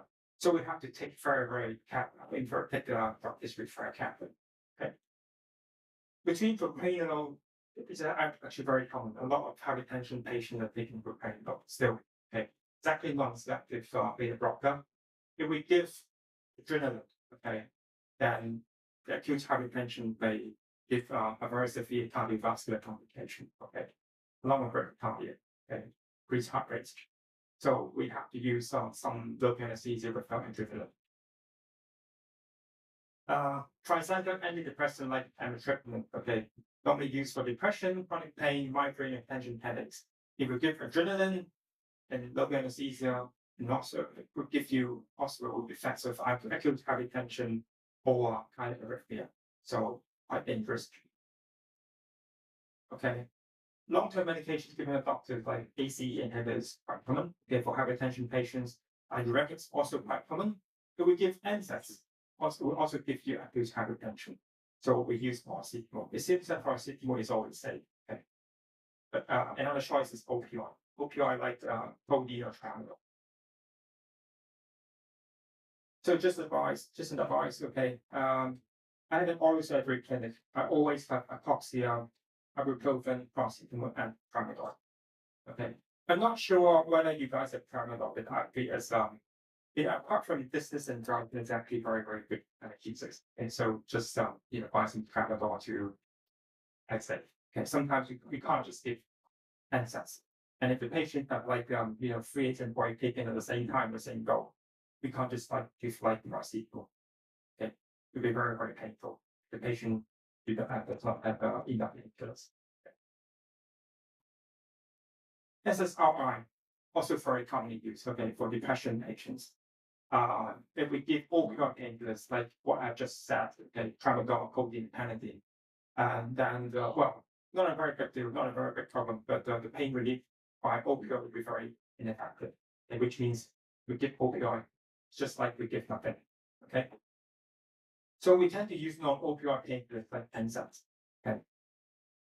Please don't ask me if the patient cannot take NSAIDs and opioid at the same time. I don't know what to give. Okay, except double dose paracetamol. Okay. Statin is also very common for those with hypercholesterolemia, like simvastatin, atorvastatin, statin, and we're giving radicalized, like the ADC regime. Okay, if the patient is allergic to penicillin, we tend to give radicalized according to the current guideline. Okay, if the patient has long-term medication with statin at the same time, then there may be a risk of muscle plasticity, manifests muscle pain. So the plan B would be to use antibiotics or stop statin for a few days. Stopping statin for a few days is actually from medical guidelines. So we can simply ask the patient to stop statin. It all depends on your judgment, but stopping statin for a few days won't cure the patient. So I think if it's actually just a very, very short course of antibiotics, like the patient can still stop the statin for a few days. But our own judgment. Okay. We can always ask the medical doctor. Okay. Oral pathology in oral medicine. Okay. Actually, a lot of symptoms and signs. Okay. Color changes, surface contour changes like ulcers, erosions, different swellings, infections, dry mouth, shades and different shades, white shades, dark shades on your jaw, X-ray, bone disorders, things like that. If all facial pain, we're not going to go through them one by one. I'm giving you a lot of diagrams because what I'm running is actually oral medicine or pathology clinic. So we have a lot of referrals and cases in oral medicine pathology. Okay. What lesions that can be wiped away? Okay. Those marked in red is something we should know. Okay. For example, this patient who came to see me, okay, complaining of white patch.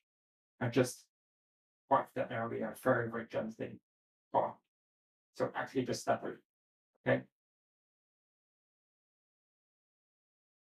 Canidosis or candidiasis, basically the same. Okay. More nasty looking, not just like that breed. Okay, but they can wipe away. Okay, we know that if we talk about oral thrush, okay, the pseudomembranous candidosis, basically they wipe away. Lesions that can wipe away. Okay, just like the middle line. Predisposing factors including immunocompromised states, disturbed oral microbiology, local factors like dry mouth, smoking, fitting dentures or appliances. We always have to know the 6 clinical forms when we're talking about oral candidosis. Why that be? Because oral candidosis is very commonly asked question. And in the UK examinations, including MFDS, including oral surgery examinations, very commonly asked. So you have to know the 6 forms. The first one is the most common one. Okay, so the membranous candidosis or oral thrush can wipe away. Okay. Right.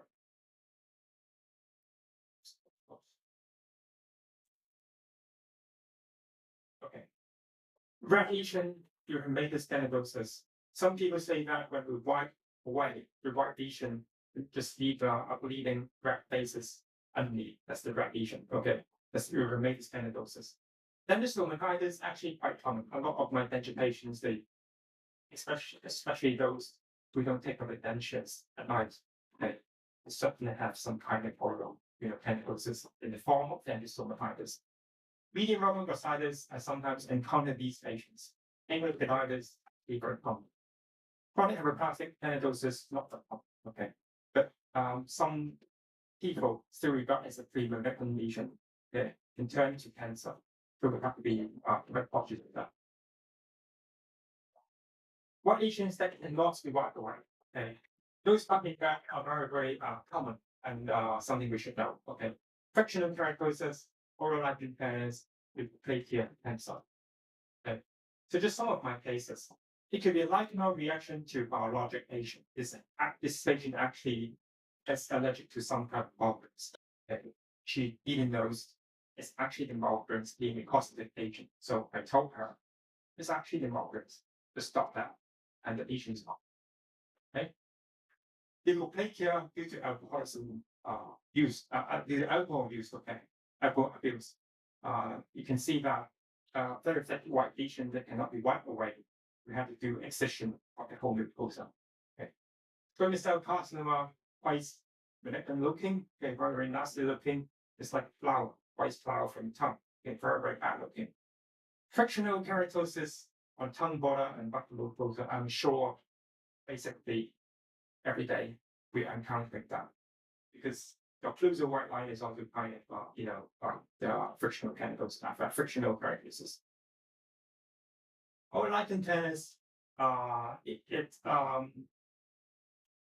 needs some discussion because actually it's kind of chronic immunologically immediate disease involving both mucosa and skin. Okay, but the etiology, the cause of the disease is not exactly known. Okay, some medications, materials may induce a lichenoid reaction. It can be a lichenoid drug reaction, a lichenoid material reaction, substance reaction. Normally, it can be non-erosive, okay, just white lines, okay, no erosions, no ulcerations. Can also be erosive lesions. Okay, normally associated with sphenic gingivitis, okay, very red gingiva. Okay, not the exact, not the typical presentation of a simple bacteria-induced gingivitis. Okay, some even the patient has edentless ridge. Okay, still got some lesions, there's some erosions on the ridge. Oral lichen planus treatment. Okay, avoidance of trauma. We don't want to make the lesion even worse. Okay, no irritating food, especially spicy food, sour food, and hot food. Okay, we have to tell the patient. Some patients they come to see me, okay, saying actually I have irritating food every day, spicy food that outside every day. Okay, and they got oral lichen planus. I had to advise them to stop going to these kind of restaurants, like asking that if it's okay. Okay. So very common, irritating food. No SLS, which means sodium lauryl sulfate. Very common substance in toothpaste. Okay, it's actually quite a well-known factor, okay, predisposing factor to oral lichen planus or oral lichenoid reaction. So we have to ask the patient to stop using any SLS containing toothpaste. Sometimes you have to give corticosteroid, okay, or if the corticosteroid is useless, we have to consider corticosteroid injection. I actually do that quite a lot. Okay, giving a mixture of local anesthesia. You can see that after every country is gone, okay, mixed into that syringe, okay, with triamcinolone. You simply inject the solution, the mixture, into the oral lichen planus lesion, and then lesion will just be gone, okay, for a few months' time before they come back. Okay, so the patient come back again for the next injection. And sometimes we have to consider biopsy, okay, in very serious erosive cases to real cancer, potentially cancerous lesion. Leukoplakia, okay, is defined as white lesion that cannot be wiped away, okay, but the diagnosis is made by exclusion, and there's a risk of cancer change, okay. So if you see this, you have to refer the patient somewhere else, maybe to top mic, okay, maybe to some oral surgeons, okay. It can be homogeneous, which means better looking, or non-homogeneous pool looking. Okay. The treatment normally involves elimination of risk factors like smoking or alcohol, okay, cessation, and biopsy and total removal. Biopsy will have to rule out or confirm cancer or some microscopic manifestation of cancerous change. Rat lesions, okay. Those found in rat, more common, okay. Geographic tongue, compared with bursitis, lichen planus as well. So this lichen planus can also be rat lesions, okay, with their solid erosions and outspirations. So rat lesions of candidal infection, just like erythematous candidosis, and also vascular lesions. Geographic tongue actually quite common, okay. Actually quite typical. Basically, I think every single general dentist can diagnose geographic tongue. It's like a spot diagnosis. So you actually look at the tongue, you know it's geographic tongue. Okay. So it's actually defined as another proper name. The proper name would be benign migratory bursitis. Okay. The reason we say it's migratory is because it keeps killing and coming back in a different position. So it's just like it's migrate. Actually, it's just healing, coming back, healing. So sometimes it feels sore, okay, irritating, but totally it's actually pretty benign and self-limiting. So basically, the patient just needs some kind of reassurance. Generally, there is no treatment as necessary. Okay, but we may consider some kind of topical and topical corticosteroids. Vascular malformation is actually also quite common. Okay, sometimes on tongue, sometimes on buccal mucosa. If they're not causing problem, I'll just ask the patient to go to live with them. Okay, but like for this case, the bottom two images. If the patient is complaining of easy bleeding, easy ulceration, you can simply take that away. Okay, I was using a very basically elastic knife. Okay, in Chinese in dough to cut that away and then put the margins back there. So rat lesions also include some kind of burn injury. But burn injury, we don't need to do anything because 9 days later you just going white. Okay. Squamous cell carcinoma can be rat lesions, can be very, very malignant lesions because rat lesions, rat carcinoma is normally more nasty than white carcinoma because it needs a lot of vascularization, okay, a lot of angiogenesis, a lot of new blood vessels production. So normally poor prognosis. Lichen planus also, okay, rat lesions. Oral cancer, okay, just a very, very quick reminder. In most cases, squamous cell carcinoma, relatively nasty looking. Okay, it can be color change, like the rat lesions, white lesions, soft tissue masses, ulceration, things like that. Okay. Specific features including induration, which means hard to palpate, fixation, which means it doesn't move. Okay, and the neck lymph node enlargement will be quite obvious. Okay, tube loosening if the lesion is quite close to the dental arch, and some bone exposure. So just back to the MONJ definition, we have to rule out cancer before we can make diagnosis for MONJ. Okay. Treatment normally involve surgical resection of tumor with reduced neck dissection, radiotherapy, chemotherapy, and the newer type of therapy known as immunotherapy. Okay, is actually involving use of these drugs. Okay. So brown and black lesions. Okay. Amalgam tattoo actually quite common, especially when the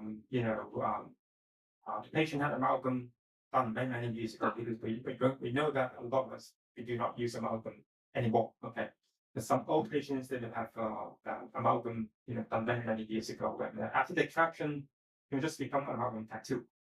Okay, melanolytic nevus, basically just like nevus. Okay, melanoma is the most worrying condition and possibility of brown and black lesions. So, melanoma is type of oral cancer with very, very poor prognosis. Oral cancer, very, very poor prognosis. Basically, a spot diagnosis because you look at the picture, very, very extensive area of pigmented lesions with swelling, ulceration, basically you can say, oh, it's a melanoma case. Okay. So immediate referral is not a question. Okay, just send the patient immediately into a hospital to whatever with a medical doctor or a plastic surgeon or cancer surgeon. Okay. Oral lead is actually quite common. Okay. Sometimes you can just say, well, there is a very small risk of development of oral melanoma, but I can tell you that most of the time when we just do the biopsy, we take that away.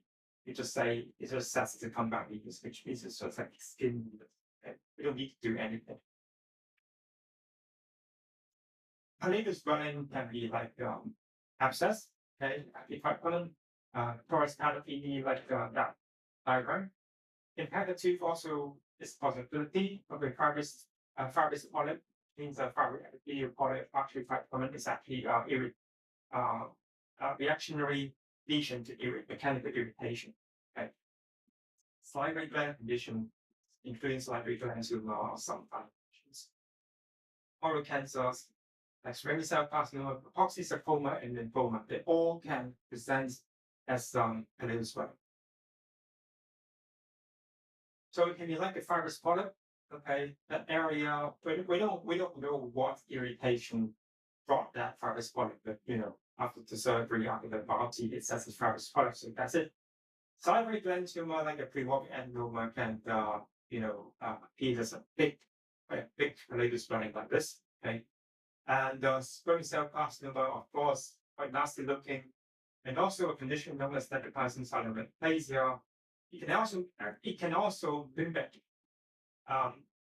squamous cell carcinoma both clinically and histologically. But we have to diagnose the condition by experience. Okay? If the lesion keeps changing after the biopsy, the incisional biopsy, we have to give some more time for observation. And if it doesn't go down, it looks like necrotizing salivary aplasia. It all depends on your clinical judgment. Sometimes we can just refer the patient right away to a cancer surgeon to do a more proper biopsy. Genital swelling, gingivitis, abscess due to infection, fibrous aplas, pyogenic granuloma, basically pyogenic granuloma and fibrous aplas, basically the same thing. Okay, reactionary lesions. Okay, genital hyperplasia due to the kinds of drugs and also tumor. Okay. So I constantly do fibrous atlas removal. Okay, but we have to take the periodontal condition into account. We have to do scaling around the teeth, make sure the irritating factors are gone at the same time. Okay, but when we're doing a fibrous atlas removal, we have to consider gingival margin as well. We don't want to create a gingival reception after the fibrous atlas removal. Pyogenic granuloma normally not that, tend to relate with, sometimes it's just, over the floor of mouth or over, the alveolar mucosa, but, in these two cases, they're both pyogenic granuloma. They're actually just next to teeth. Okay, so I can't say it's not uncommon. Soft tissue tumor as a gingival swelling in rectal bone area. This is actually a recent case I want to share. Not really long ago, just 1 month ago in hospital, we put the patient on the GA. Actually, it's actually rubbery swelling over the retromolar area, just next to just behind the fourth septum. Okay, turns out it's actually a prevolving adenoma. So we had to open that area and we squeeze the mass out from the tumor bed, and we send that lump probably. Lip swelling. Okay. Most common situation is mucocele. Sometimes can fibrous polyp. Okay. And mucocele is actually known as mucus ectrophisation. It's normally trauma-induced. Accidental lip biting. Okay. Normally lower lip, because both of us have class 1 and class 2 inside the relationship, and twice our lower lip by our So mucocele basically 99% of the lower lip. And lower than the median bone. Okay, normally like a dog shaped swelling. Okay, sometimes fluctuating, sometimes just normally colored or bluish swelling. Okay, depends on the content inside. Mucocele removal surgery basically we cut a vertical incision and then we squeeze everything out from that preparation. I mean the opening. And fibrous polyp we tend to take the whole fibrous away. We put mine stuck together. Vascular inflammation, it depends whether it causes any trouble and issues to the patient. Okay, if it does, then we just take part of the lips away. Okay, if it doesn't, we'll just eat it. Not long ago, we did our lipoma surgery. Okay, a very yellow swelling under the lingual vestibule. Open the vestibule, take lipoma away. It's actually a collection of adipose. That's the for bowel swelling. Okay. Fibrous polyp can be a possibility. Porous mandibular is also possible. I think this is not uncommon. You see a lot of very huge porous mandibularis all the time because actually very common. Pyogenic granuloma also granular, which means frog mouth, a large mucosal from salivary gland, major salivary glands. Squamous cell carcinoma, salivary gland tumor, things like that. Okay, all of them can be frog mouth swelling. Examples including pyogenic granuloma, this one on frog mouth, a granuloma, okay, larger one, okay, another granuloma, quite a large swelling over the submandibular ducts, okay, in the frog mouth, and also it can be a squamous cell carcinoma. This is actually frog mouth squamous cell carcinoma, and the patient, it turned out that the patient had a big part of the mandible, anterior mandible, and also the frog mouth cut away. Okay, she's still coming back for dental review because after the cancer surgery, they normally have more dental issues, and she comes back to me for regular dental check. What was swelling? Fibrous polyp also, because fibrous polyp can be anywhere in the mouth. It can be minor salivary gland tumor, can be salivary gland condition, squamous cell carcinoma. Okay, fibrous polyps can be quite well defined swelling. Okay, over that area, quite denulated, which means the stalk is very narrow. Okay, it's just like little cherry. Okay, squamous cell carcinoma can be there as well. Okay, and that's a very rare condition. Is actually a patient with carotid ataxia. Okay, so it's a condition where the carotid ducts swells during eating. So whenever the carotid gland comes salivary fluid spot that's into the mouth, it swells. Okay, very interesting phenomenon. Did that to evolving animal a very long time ago, like namely 8 years ago. Okay, and it can be a bug as well. Okay, fibrous polyp can be anywhere. Okay, normally feels a bit biting because actually it marks the occlusal plane between the top dentition and the bottom of the dentition. Okay, it's actually trauma induced. Oral lateral removal surgery also the same surgery. Ulcerations, it can be traumatic ulcers, can be ephes ulcers, it can be oral lymphadenus, it can be candidates or can be void of our infection. Okay. Actually, we have a lot of ulceration cases because a lot of patients come to our clinic worrying about oral candidates. So we have to get a very complete history, including the time, including the emergence of the oral ulceration, things like that. Okay. Pemphigus vulgaris, not that common, but we do have cases of pemphigus. Okay, it's actually an immune-mediated condition against oral mucosa or skin. Okay, typical finding is oral ulcerations. Okay, and skin ulcerations. It may cause difficulty in eating and swallowing, especially when the ulceration is very extensive. Okay, so you can see that these two images actually show a mirror. Okay, place the right over that lesion. When we apply a lateral pressure, and just pull mucosa away. Okay, it's actually a very extensive lesion underneath that area. So we have to be careful when handling patients with ulceration. You have to handle the soft tissue in great care. Dry mouth, quite common. Okay, reduced salivary flow causes associations including anxiety states, smoking, vomiting, diarrhea, because vomiting and diarrhea actually means water loss. Okay, systemic disease, common systemic disease include diabetes, autoimmune disease, and It can be artificially induced, like radiotherapy, okay? And that cancer patients, they have radiotherapy and chemotherapy, and they come back to you with trauma, okay? Drugs induced can be antihypertensive, very, very common, and nasal decongestants. So features, not only a dry mouth, okay, normally come with a burning mouth sensation, burning tongue sensation. So sometimes you can just diagnose the patient with burning mouth syndrome.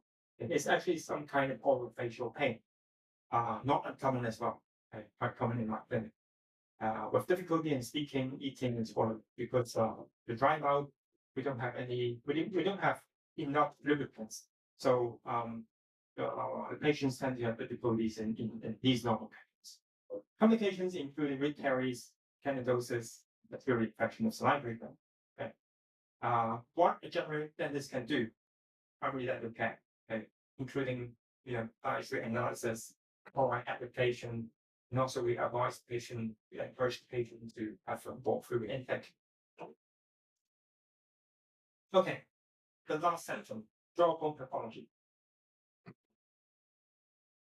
Very, very short list. Okay, we actually have a very long list. If we're taking an oral surgery examination, it can be, a very long list. But the general dentist, I think this is what you need to know. Okay, if you have the apical inflammation, radiculosis, actually very common. Dendritis, not that common, but common in referring system. In my clinic, got quite a lot of cases with dendritis. Odontogenicis also quite common, less common than dendritis, but also we encounter them like once every 1 or 2 months. Okay. Nasal peritonitis, I just got one today. Okay. Amoeblastoma, I just got one today. So not uncommon. Dendritis, okay, always associated with an impacted tooth. Okay, usually wisdom tooth. So usually posterior mandible, submolar area. Okay. When we consider either surgical decompression for a very huge cyst, okay, for a period of time, for total removal, because by doing surgical decompression, the cyst may just shrink in size from a huge one to a small one. And then by that time, we can do the small one easier. Okay. Total removal of the cyst right away. Yeah, sometimes we can do that if we want to, do faster surgery. We don't want to take a long time. Patient does not want to take a long time for surgery decompression. We can just do that right away in total removal. The recurrence risk is quite low, actually, because it's not OKC, it's not amoeblastoma.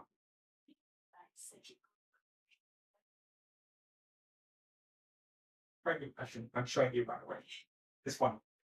OKC, okay. Usually associated with an impact 2 as well, okay. Recurrence risk is not that low, so we have to be very, very careful in treating it. When we consider, okay, basically the same options, surgical impression for a period of time before total cyst removal, or total removal right away. This case, okay, an OKC. So we, the first surgery, we did the surgical removal of the impacted void because actually is the void causing the problem. Okay, surgical impression and biopsy for a huge cystic lesion. So we know that it's actually a huge cystic lesion below the tooth. So we took the tooth out first, and then we got access to the cystic lesion. So we took the tooth out, and then we took a part of the cystic lesion away for biopsy. This is surgical decompression. We normally use a tube, okay, to connect the internal environment of the cystic cavity with the oral cavity. So we join the two cavities together, okay. And by doing so, the cyst could just shrink in size, giving enough time, like 6 months or 1 year time.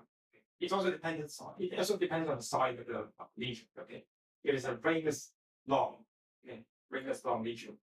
We normally need 1.5 years. So putting the tube after the biopsy surgery.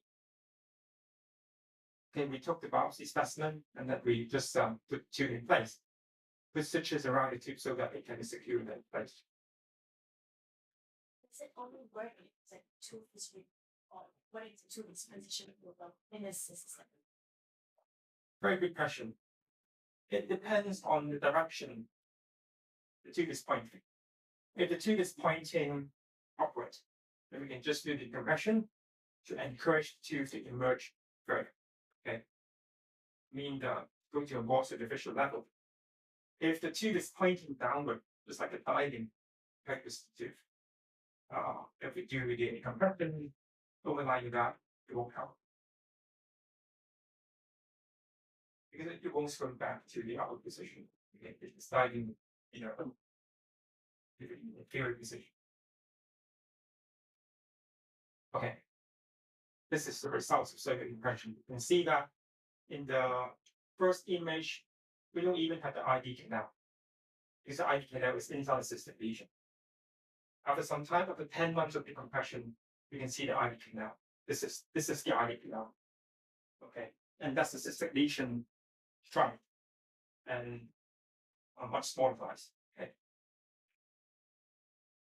So the second surgery involves the definitive removal. Okay. Because the hinge cystic lesion has become a much smaller lesion, you can just do that with ease. Okay. With ease and less risk of recurrence, because we can control the bone margin, we can control the surgical defect much better than before. And sometimes, having known that it's actually okay, so you can use some substance known as carnal solution. Carnal solution is actually not something a general dentist should know, but I'm telling you, in my practice, I use carnal solution quite a lot. It's actually regarding the mechanical fixative. It's actually a fixative solution, fixative agent. We normally just soak it.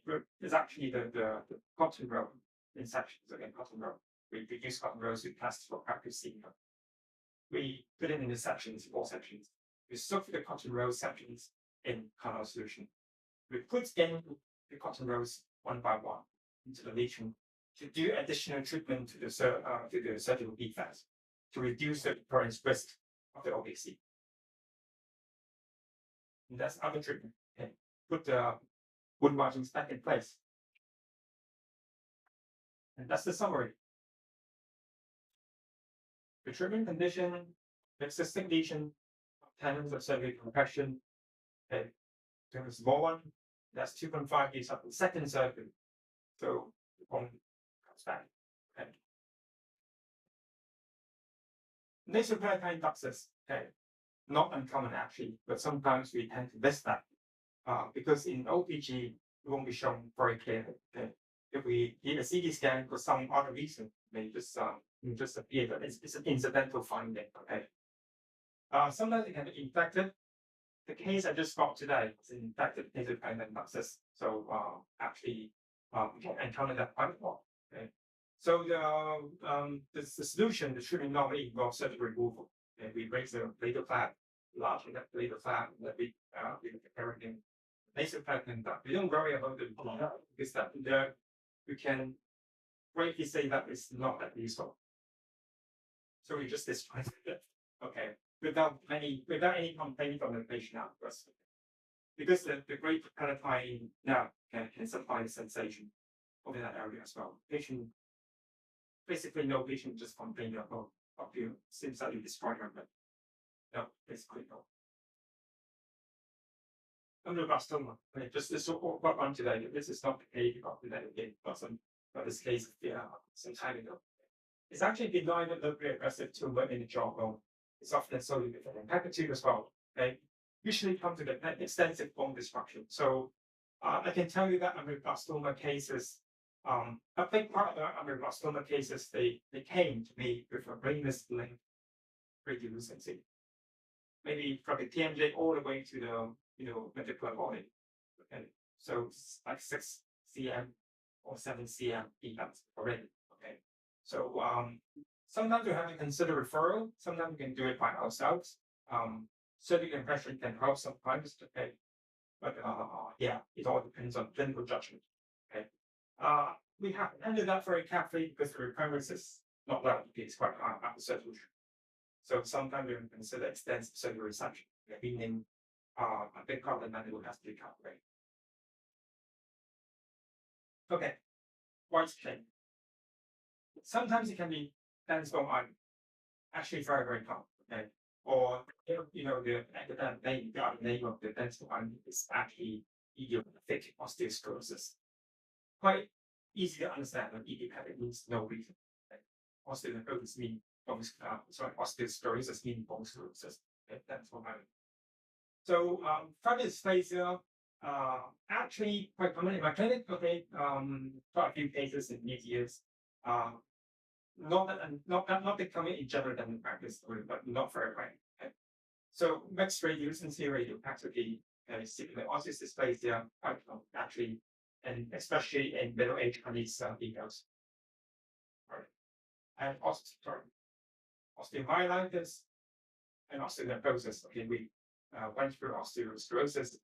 I went through osteonecrosis before. Okay, osteomyelitis actually means the bone inflammation. Okay, sometimes when the patient is immunocompromised, maybe a very EM patient, uncontrolled EM patients, osteomyelitis can just start with the dental infection. Okay, so it can be quite common. That's all I'm okay. Idiopathic means no reason. Okay, osteo means no. So this means harm. So bone hardening with no reason. You may simply push two wrists apart sometimes. Okay, those are really necessary because we don't want to take the risk to destroy the bone either. But at the same time, maybe at the expense of destroying the two ribs or maintenance of nearby. So we don't really do that. Okay. First again.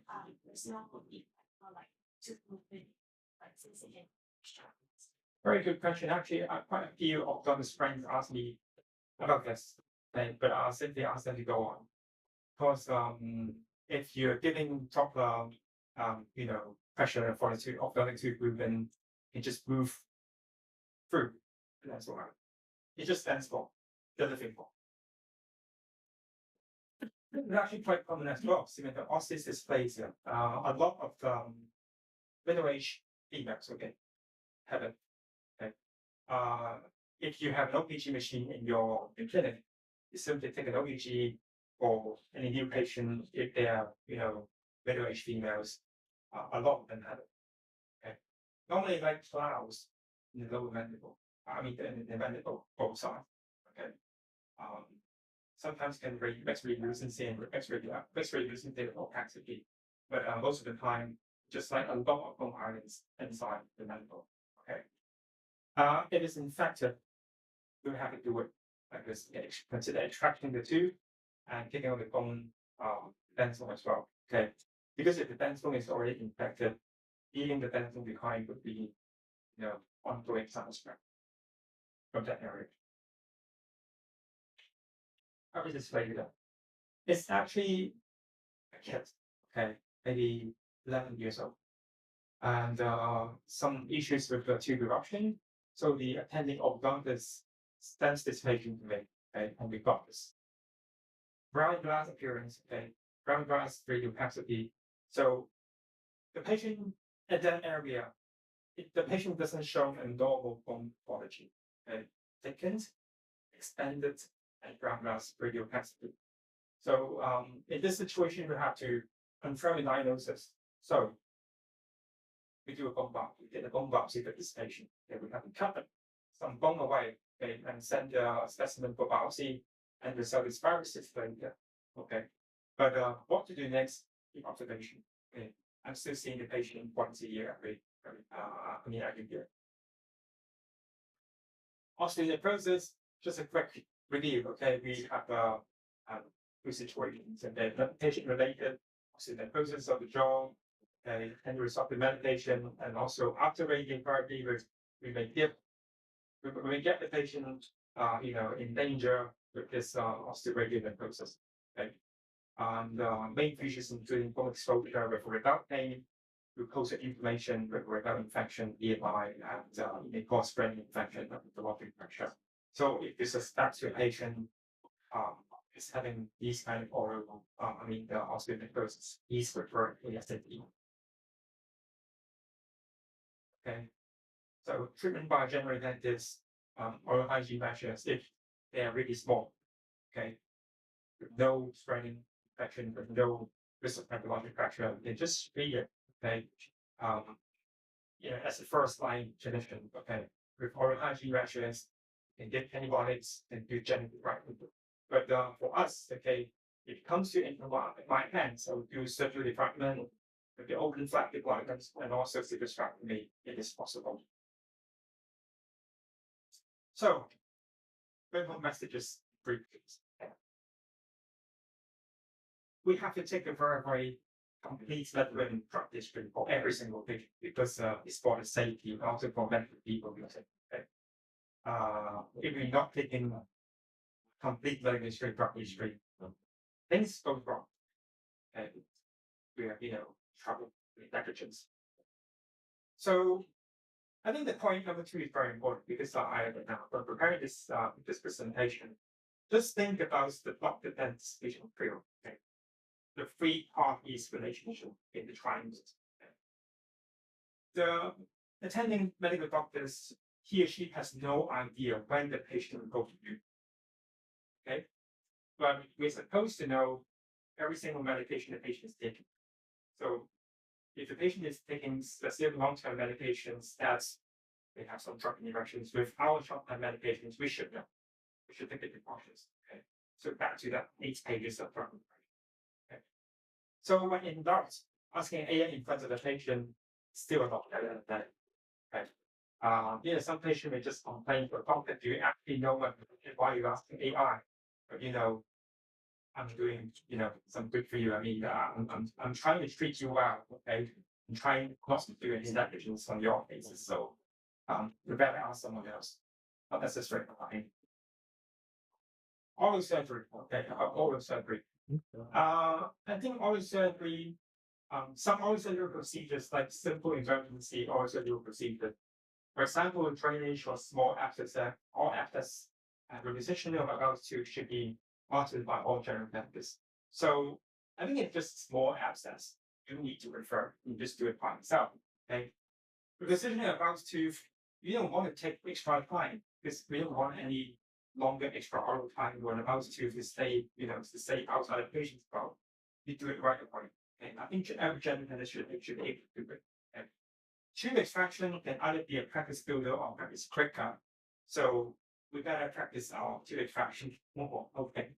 If you do extraction in a daily life practice. So general dentists should always have a plan B when doing more than simple tooth extraction. Okay.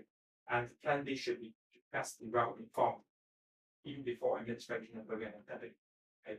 So if you know that there's a literature on that the simple extraction may turn into an MOS, just let the patient know before the whole procedure, before signing the consent, before the administration and everything. So general dentist should not attempt certain procedures that they never done before. So I don't know, I actually put up application pages on this.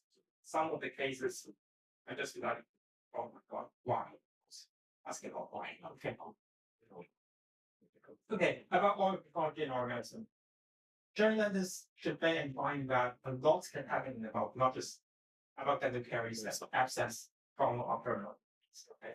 Basically, these 4 things are the most common based diagnosis. But there's not all. A lot can happen.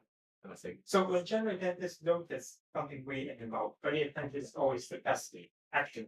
Also, differentiating a phenomenon from disease is very essential because it determines when to refer and when there is a need to go. Okay. For example, we do not need to refer a patient with linear alveolar because I think every single general dentist should know what is this. Okay. So exactly the end of my presentation. Thank you.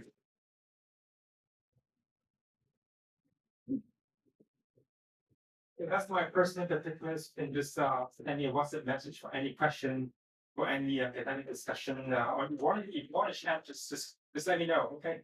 And this is also my email, so you can just take a picture if you need to. Any of you have anything to say? Dr. Tan, hello, nice to meet you. Nice to meet you. Thank you very much, Eric, for overwhelming lecture. I do have one question. Yes. And when you show the radiograph of the contiguous cyst for the electronic caries, can you tell on the X-ray which one is the which? No, you have to do biopsy. yes, you have to do biopsy. But you do mostly excisional, that is very big, and then surgical compression. Yeah. But I don't know, I think most of the cases coming to my clinic, I know why. Most of them are huge lesions. So I can't just do exceptional biopsy right away. I have to, do something first and then get the answer first before I attempt anything further. Do you do any incisional biopsy? Yeah, incisional biopsy. So you'll do incision. Yes, just like that case, we'll just pick out the tooth first. Okay. Because the tooth is often the causative factor of the cyst. The matter is that just the digit cyst or OKC, okay. The tooth is always the causative agent. You don't have to take out the wisdom tooth, and actually the second reason why we have to take out the wisdom tooth is that it creates a surgical access to the deep region, so that we can do a biopsy from that area. Okay. Yeah. It's first time I saw the compression too. Yeah. So is there a chance that saliva or bacteria will go into the wound? Very good question. So we are supposed to instruct the patient how to use a self-irrigating syringe. So basically, after doing such decompression cases, right after that, we give the self-irrigating syringe to patients and instruct him or her how to do irrigation every single day. So you put a syringe into the tube. Yeah. It can be, boiled water, it can be proactive, it can be saline, things like that. Anything with mechanical action to rinse all the food debris away from the cystic therapy can do. Yeah. Leave it for like 10 months. Sometimes more than that. Even more. But I keep seeing the patient actually in the initial period of time, maybe every 2 weeks. Yeah. When I'm pretty sure, when I'm confident the patient can manage, can play with that, decompression tube quite well, I'll see the patient once a month. What's the chance of the patient suffering from obesity after the cyst removal? Quite low, actually, if we're doing decompression well.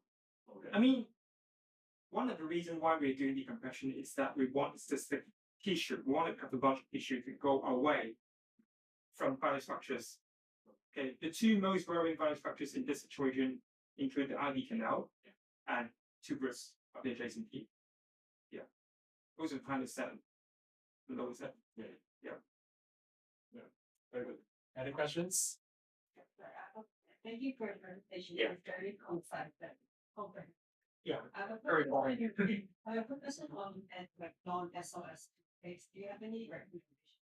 Because I look at the case for they all have this size, and then I have patients that are coming like over. I had a case where it's like, all my gums are dirty. Yeah, look, and it looks in place, but it's not gentrified, it's not very good. He's like, I haven't slept, like, and go back and I just recommend about rinse, like, spicy. So I'm not sure what this happened. So it's something like, maybe don't brush your teeth. It's like, I can't brush. Very good question. This actually reminds me that I should do some research. Every time, well, for patients, every time I tell patients a similar message, I just ask them to go for something natural. Something more natural. Because we have different brands in the market, with different brands in Mannings, like Watson's, and yeah, that's the issue. I mean, we have to preserve the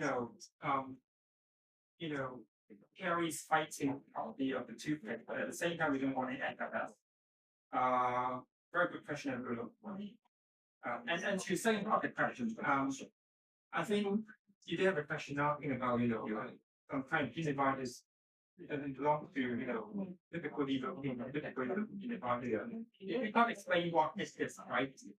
I think the first thing I would do is quite similar to what we did normally do for the patient, is actually we're giving advice not to do anything irritating, not to take any, not to go on that anymore, okay? Not to do any further. Sometimes patients they just like to drink hot soup, at like 40 degrees Celsius or 45 degrees Celsius. They think that the nutrients, the best temperature for nutrients injection. I don't know, there's some weird belief. So we have to advise the patient against these acts. Okay. no very hot food, no very hot beverages, and no spicy food, no sour food.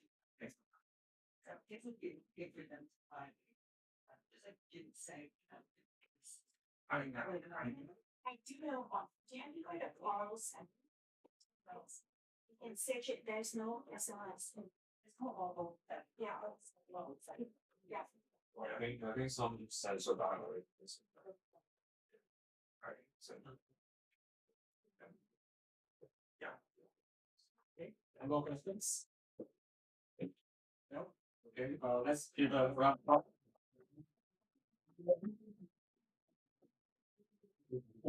actually, it's been long time since we had full house. So like more or less both groups have turned up. So we have two group of people here. Half of them I did expand the study group of people and also we have the Colgate Mentorship. So we both of course need to learn about more than said all about sustainability. So very good. Will you be able to release your slide as Actually, release. yeah, we can They say all it know. later. Yeah, because I actually gave that a QR code. Okay, it's actually a link to another version of this. Basically the same words, but this one is actually black background. Okay. But that one is actually white background, so that they can print that out very yeah. Very considerate. Yeah. Okay, so I'm sure I don't want to write down anything with the level, so they don't need to write down anything. Well, I'm sure I can speak to actually get back for reference. Yes. So maybe the housekeeping because we have online ideas coming up in 2 weeks time. Yeah. So I think most of us will be there. And but on top actually September is also going to be very busy. So first of all for the MIB group, you will have the next session on the 10th of August, which is not the 8th. Not on the Tuesday, okay, so it's on the 10th. And then on the 13th, we have the event conference. So you guys are all invited. So please actually register because you guys can go for free, okay? And we send the link again on the group and then you can register and then you have the reason why actually it's not on the Tuesday is actually because on the 8th of September, we have the VACD British Academy of Dentistry president in Hong Kong. He will do a lecture on the preparation. So this time, the Colgate group will go for free. Actually still there. But actually, the lecture about possible videos of this, you guys can check for free. And otherwise, I think it's $5. You guys and then, like I said, on the 13th, we have the conference. So we have 4 speakers, 5 in fact. The first one actually, Dr. Guang is very well known for his VIP technique. So he will do an introduction lecture on it. And then we have a second lecture also from Taiwan, which is talking about organization. And then on the first one, in the afternoon, the first lecture is lectured by Lee and Jack. We talk about partial strength therapy or socket shape. Yeah. And then also people are so I hope you all of you guys actually like IG or Facebook because we put in all the information and all the course details onto the IG things. And if you haven't registered for either then please do that later on. Okay. And then on the 17th again September, then actually the Colgate meets again. Very easy for you guys. But that time we can be. So I'll talk about restorative workflow, digital workflow, and also really on the judgment side. Okay. So now we'll take a short break, okay, and then this time then Dr. Kenneth Chan and also Vincent Jiang will actually do the short questions. Okay, so for you guys, for the Colgate tool is something new, but it's actually like a very good like a short test about your banking. Okay, so actually, well, they know the answers after you go through the details, right? So and yeah, any questions that you can ask us later on? But like I said, we will try to put the information through the WhatsApp group and also on the Facebook, IG, and so please join us in the end. Okay. I have to go first, so I leave the floor now to the computers. But if you want to go to washroom, get some food, take a stop there. Okay. But you guys,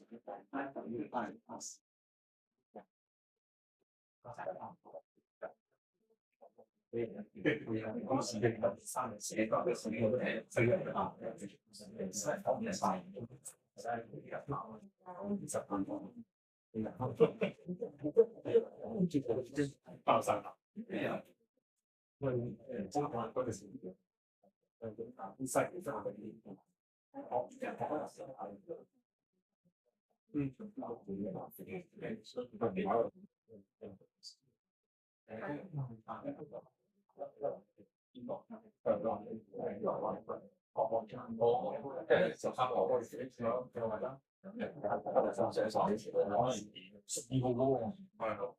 我幫你擺成佢聲都比較，佢別方好，我幫佢擺有個聽聲係啊，好多報道佢又覆。唔係佢哋覆係啊，唔係我唔得嘅，擺咗位點啊？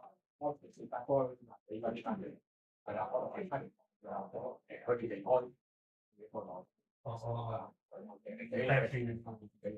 食味都好似真係，我見佢冇啲食開晒，真係灣係幫佢晒，都唔因為食完嗰個腳邊啦，係啊，我冇生長喎，我同埋我係啊，咁啱你自己都係幾好嘅，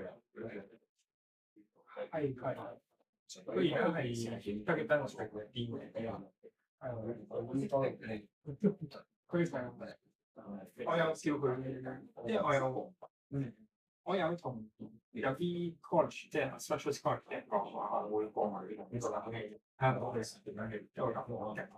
咁你就叫我，不如帶個 message 叫佢 invite 過嚟，睇下我翻香港講啦，我冇快咁但係不過佢就年資嘅我即係。係，佢講聽佢 application 都係全部係咁我哋即係咁跟 schools 我先至即係呢度我去public 啊，我啱啱見過嗰個OK，佢咁同你有關冇寫嘅就我哋幾多都寫咗我時間，即係我真係佢都係大啲佢講係你哋即係佢咁識嘅仲。咁你真係咦？第一次識我咧，係食翻嚟喎，係嗰陣時我試過，即係都見過，咁即係但係因為我跟個處長我嚟咗咁所以係跟住翻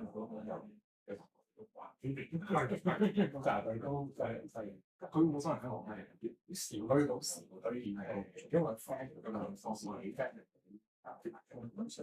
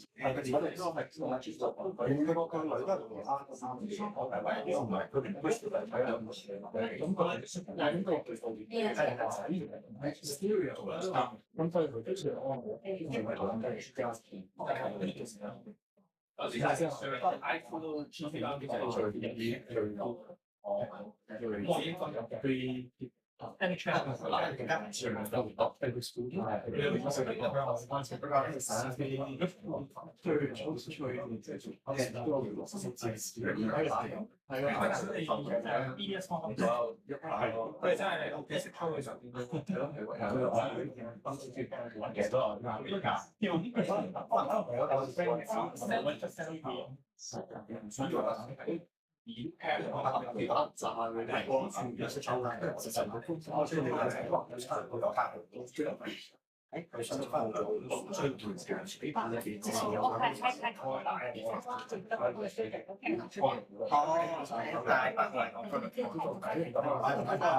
最低層係最高層。哦，你啱啱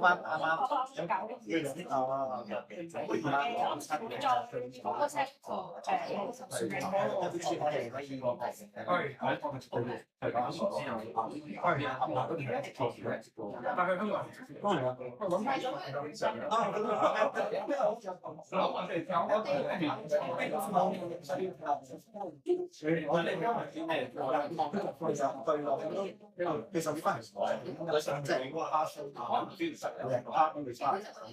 都係自己都係都要話對自己都要自己上嚟揾個客，都即係嘢都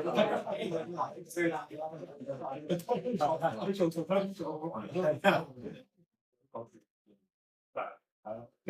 我你嗰邊就好多啦，你講喺度嘅時候，你邊拍嘅時候，都冇即係都冇嘅，好嘅，個嘢係我想嘅時候，佢好嘅係做嘅方法啊，做唔會俾人哋公司係買得住嘅，不過我俾咗呢個位置，咁即係佢嘅嘅呢個司機係真係司機，我可能佢反應翻即係中意，所以我諗大嘅樣，都係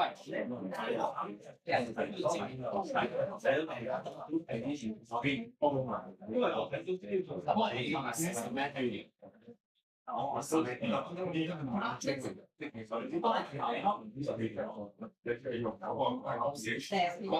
嗰陣時落邊嘅時候係佢三分，真係哦，你係啊，嗰陣時我 man 即係而家將呢個 send 嘅 source OK， 即係一住係嘢，但係邊個養成嗰啲成個邊啲嗰個我之後我有一年好似我覺得我真係都就就算你係出咩嘢都佢都唔會俾你白做咁多，一時間係不過我都擺喺度，即係大家 share 先分。你會唔會都呢咁樣已經幫人見佢啦？你都唔記我哋係嘛？但係呢個我先講，我意思係你幫我手做。要咩啊？所以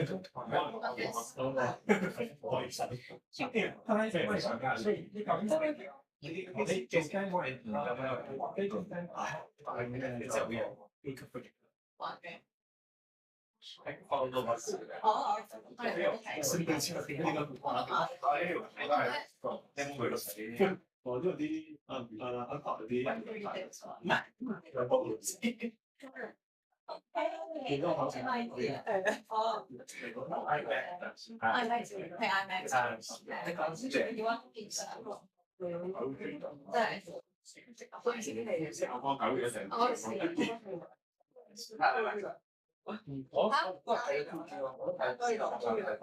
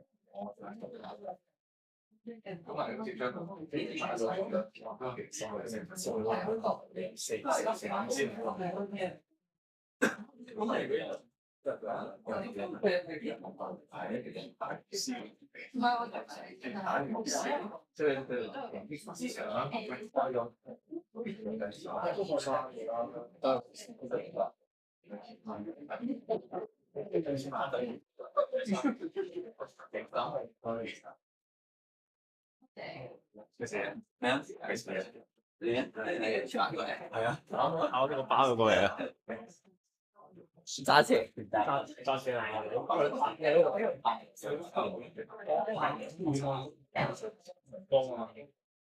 咁遠嚇，好遠喎！點解？我譬如你揸車嚟嘅點啊？一個人等人頭，你得而家幾？啊，都話好嘅。好肥嘅有時。因為咪我啲成我覺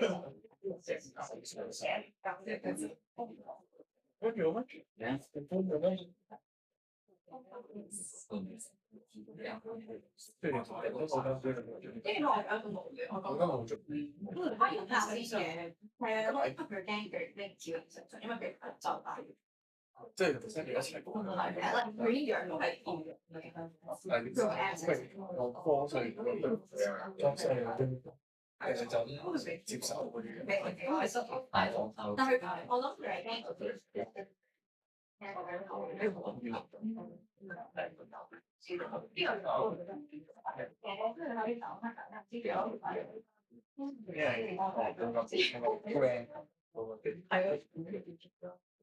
因為我都分咗佢，真係多嗰啲係嘅咩？係喎，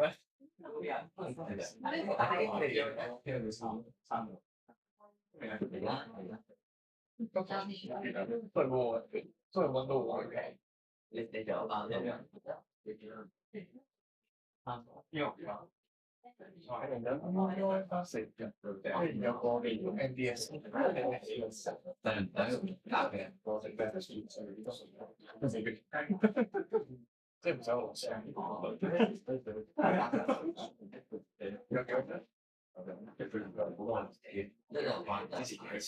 咩搞到分搞自己，即係跟住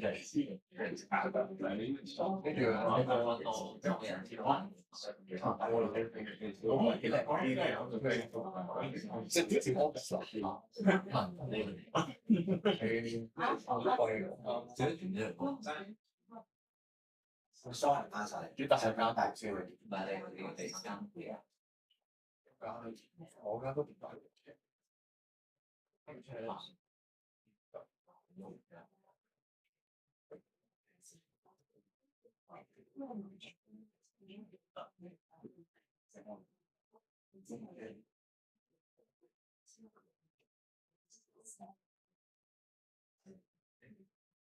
開始之前，我想講咧，啱啱有啲新嘅資訊關於 MBA 嘅就next year March 26至29號會喺印度搞一個大型。咁 for 係咯 Marco 啊 Francis 啊呢啲啱啱過咗3年啊，我應該可以報得啦。但係仲有一個4月1到4月4喺杜拜。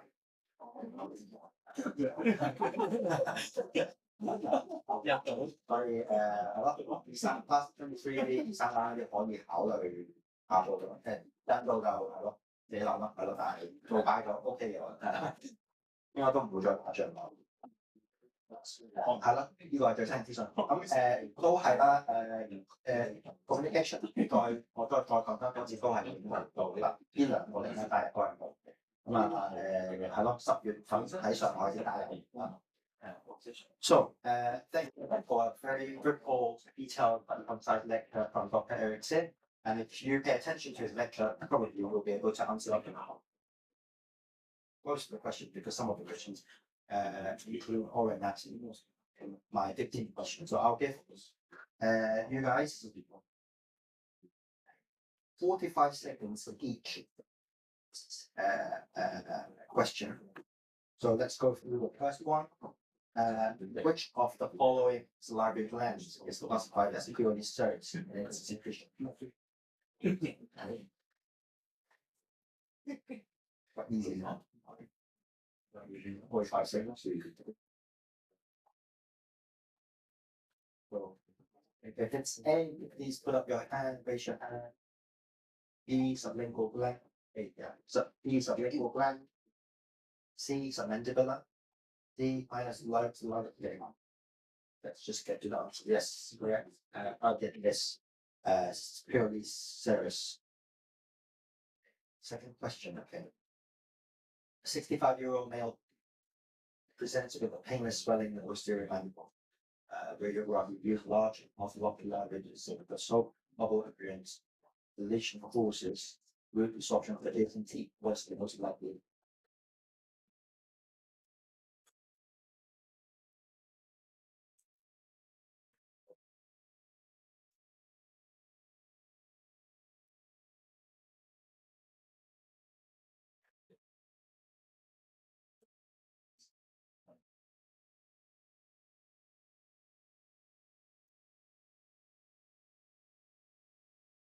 some of the questions are quite easy and some of them are quite difficult.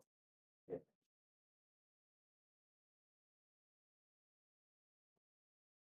Okay, time's up. A? No. B? Anyone? C? No. E? Oh. Barcelona, correct. It's pretty obvious because with the word sort of appearance, and usually it happens predominantly male, ranging around age from 20 to elderly possible, and also in Afro African Afro Caribbean people. Okay. A patient develops dry subject 3 days after difficult training, which of the following is most appropriate?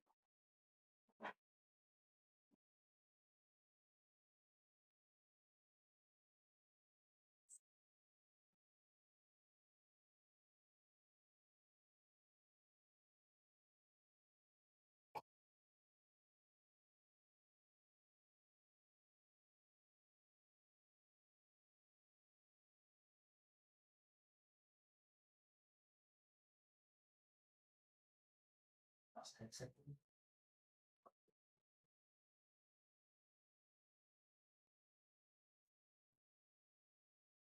Okay, time's up. Anyone? A? B? C? D? And E? Okay, the correct answer is C. And basically, anyone who chooses A and D can't be possible. It's not a proper infection. You don't give antibiotics to a dry socket. E, correct the socket vigorously to induce fresh bleeding. Partly it's correct. The thing is, it's a very painful procedure to do. The reason why you want to encourage bleeding is you want more immune cells, going to the socket and cells to give you a blood clot again to form a proper wound again. However, not without anesthetic, and it doesn't say with local anesthetic here. So the most correct answer is C.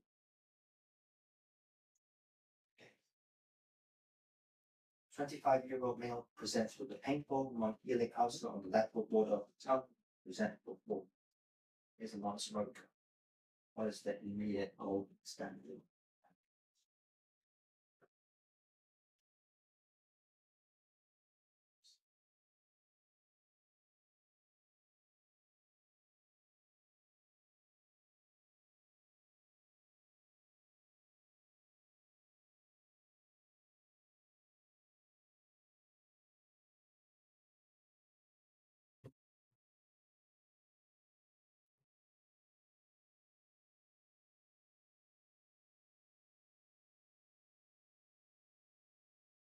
Okay. A, anyone? B, anyone? C, anyone? D, and E. Okay. The correct answer is B. Reason being is, first of all, you don't require topical steroids or antibiotic, okay? That's it's long gone. Smoothen any further sharp cusps, meaning that you have already smoothened it before. So that's why if it's not helping, it's not helping. It's not smoothing further sharp cusps. Now, exfoliative cytology, it doesn't give you any positive results from things. So any long-standing ulcer for more than 3 weeks, if it doesn't go away after removing local factors, you should do an urgent referral for biopsy for potential suspected cancer. A patient complains of a burning sensation in their mouth, particularly the tongue. Clinical examination reveals white reticular striation on the upper mucosa and areas of erythema. What is the most likely diagnosis?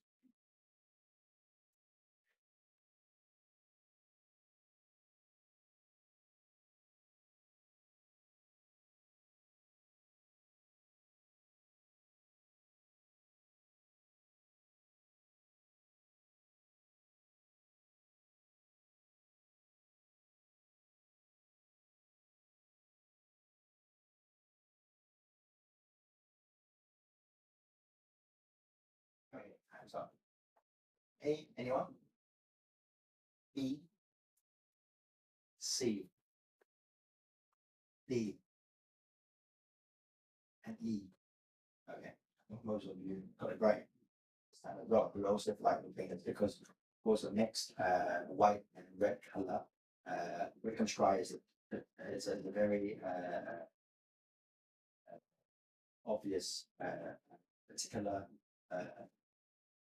phenomenon you see in writing planes as well. Pseudomembranous catalysis, as Dr. Erickson mentioned in his lecture, white plaques which can be wiped away. This can't be wiped away. Leukoplakia is otherwise proven diagnosis, which means if you can't prove it to be any other oral pathology, then at last you will say it's leukoplakia. But in this case, there is areas of erythema as well. So you can't really say it's leukoplakia. You can only say if anything is not undiagnosed, you can only say it's erythroleukopalakia. D and E, obviously not. Pemphigus vulgaris, there is a very signature sign. Does anyone remember what the sign is?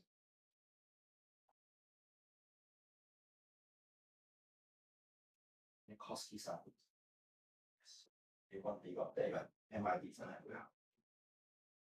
Really, it's costly time. Oh yeah. Oh, okay. Actually, it's struck in one more. Slice. Yeah. I didn't actually. I didn't want. Yeah. I didn't want to, name the phenomenon exhaustive fund because actually, I think it's not level generated. Yeah. Very random. Okay. Yeah. Okay. Yeah. It's really random. Okay. There could be one or two questions. They can test you on stuff that it hits you out. Okay. When a lot of them added together, then you will be like, oh, well, I should have revised it, I should have revised that. You have to go up every many revise. Or whatever. But not to an in-depth level, but at least you know it. The good thing about SBA is like, whatever you read or see or listen, it's sort of it's sort of marked on the brain. At least you have an image of, oh, I know what this is. Maybe I don't know the details of it, but at least I know what it is. Like for example, pemphigus vulgaris 嘅最出名嘅 feature 有一個Nikolsky sign。咁呢個一樣嘢你知道咗，你唔需要知道更加 in-depth 嘅嘢。我咁樣理解件事，即係你要識一個好 broad 嘅嘢，但係唔需要識到好 in-depth 嘅嘢，好 simple。Okay.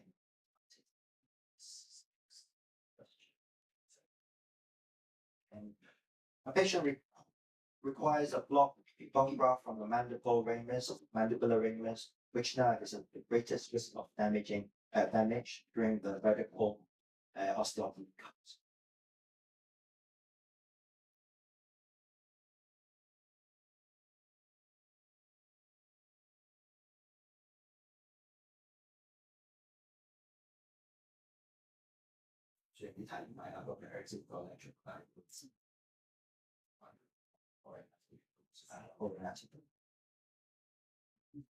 Okay, A, anyone? B, anyone? C, anyone? D, E. Okay, the answer is B. The reason being is mental nerve, of course, is a lot more anterior. It's at the removal side. Buccal nerve is very superficial in the buccal mucosa. Lingual nerve is on the lingual side. Usually, when we do a graft from ramus, we're doing right next to the wisdom tooth position, buccal to the wisdom tooth position. Masseteric nerve is not even in that area. It passes through the mandibular notch and then it goes straight to masseter right away. So the answer is inferior alveolar. When placing an implant in the posterior mandible, a severe life-threatening hemorrhage can occur if the real perforates the lingual quadruple plate. Which artery is responsible for this sublingual insult?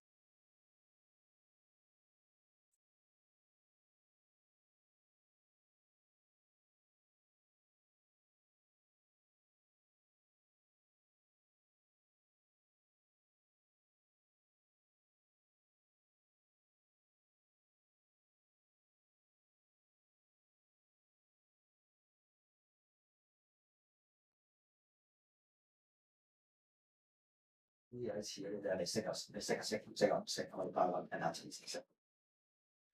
Okay, the answer is oh no, A, anyone? B, C, D, and E. Good. The answer is C. Why is it not inferior alveolar artery? Because it's not. You have a lingual cortical plate, not in that region.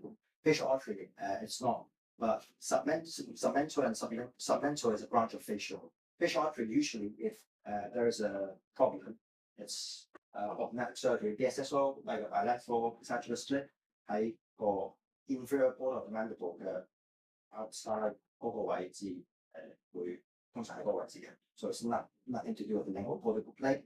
Maxillary artery is on the upper part. Mental artery 更加唔會，因為係 mental brain 嗰度嚟嘅。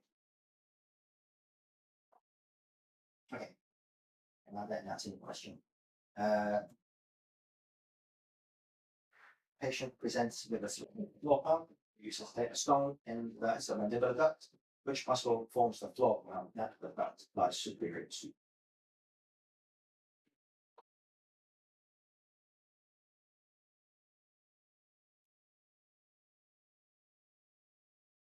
I'll give you a hint.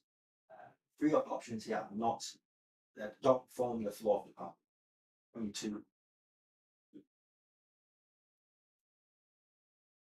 Form part of the floor of the pump.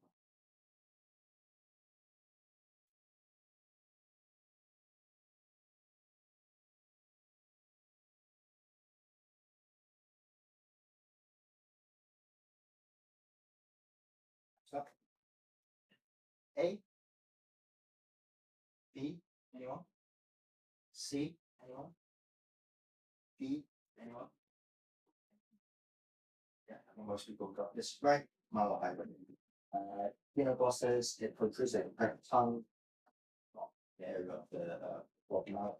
Then digastric and stylohyoid, I think they don't form part of the walking out.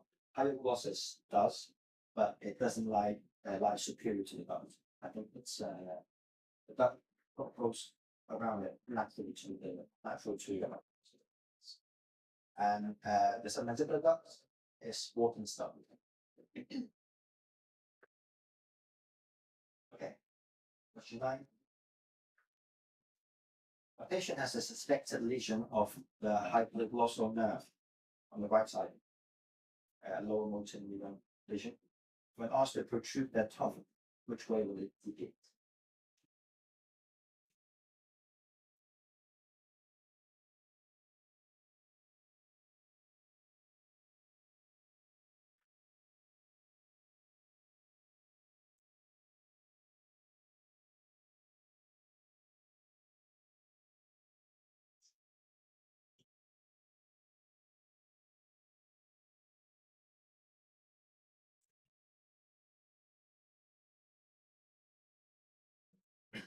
Hands up. A, anyone? B, anyone? C, anyone? D, anyone? And E. I think most people got this right as well. It's to the right. When it's damaged to the right side, the affected side deviates to that side because the other side overpowers two of that side.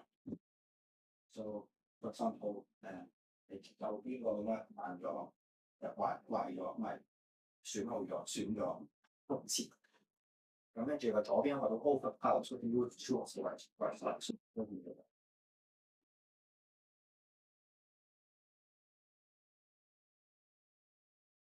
Question 10. Patient requires a block of the posterior superior alveolar nerve, which artery runs through the lateral wall of the maxillary sinus and just of the brain. Yeah, I think it's more related to sort of.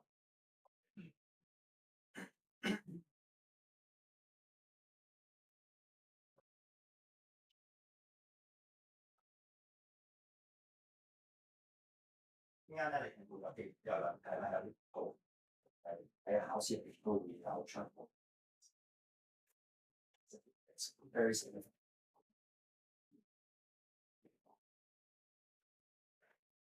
Okay, time's up. Oh. Yeah, the answer is posterior superior. I think this one's quite simple and I think I should know how to form a sinus lift surgery. That's the artery that you have to be aware of. Involved artery, involved brachial greater palatine artery, have greater palatine. Single palatine artery supplies to the nasal cavity. The nasal mucus that is facial artery doesn't go up. All of the mandible outside. Don't allow some make sure it's not. Yeah.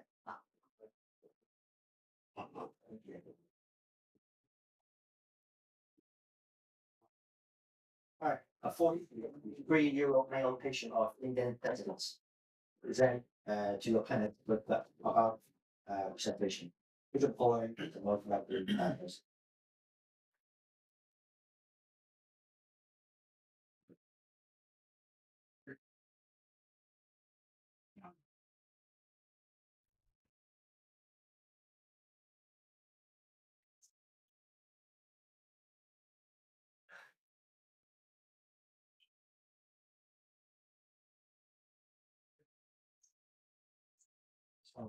Yeah. Why can you? Why you yeah. That's the hint. That's the hint. That's the hint. Well, yeah, but the function. Yeah. How will you? It's like yes.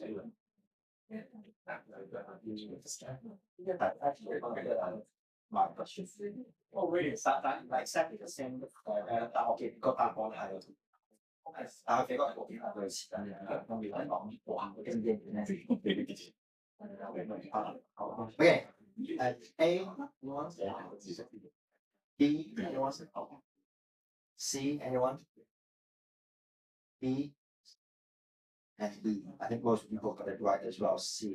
因為因為部佢成個 punch 嚟嘅。Submucous fibrosis 咧係逐漸你會幫 lock fibrotic tissue and then causing the limits of our eating and it's also critical that 其他嘅都好。Patient uses smokeless tobacco and presents with a white pulsated lesion with the where the tobacco is held. What is the guidance?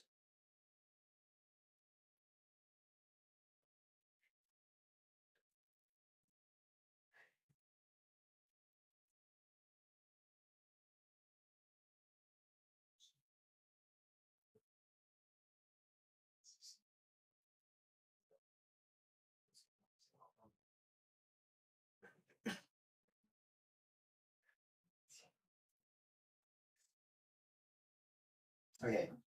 A, anyone? B, anyone? C, anyone? D, anyone? And E. I think this question is quite pretty much self-explanatory because of the tobacco punch process. Yes. Okay.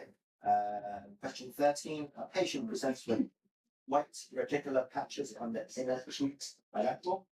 No drug history, no arrogant or light diagnosis.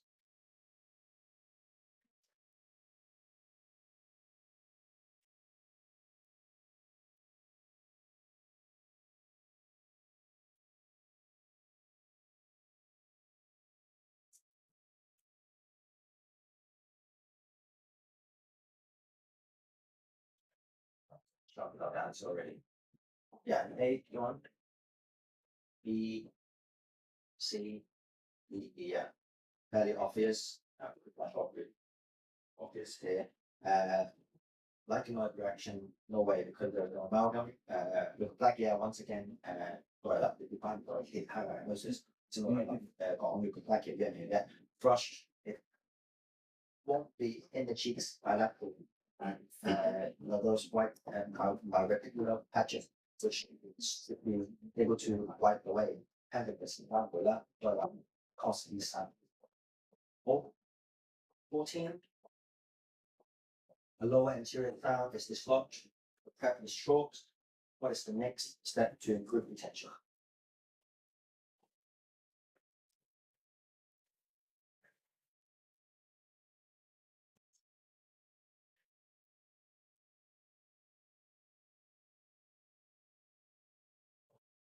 我 self-expand 咗啲乜都係講 suppose 係嘅，冇理由係 ACD 嘅啫，咁呢個 B 嗰啲係咯，咁B 我 D，跟住Okay, last question. 28 euro female patient with early pregnant sent to you is your clinic without representation, which follows the most likely factors.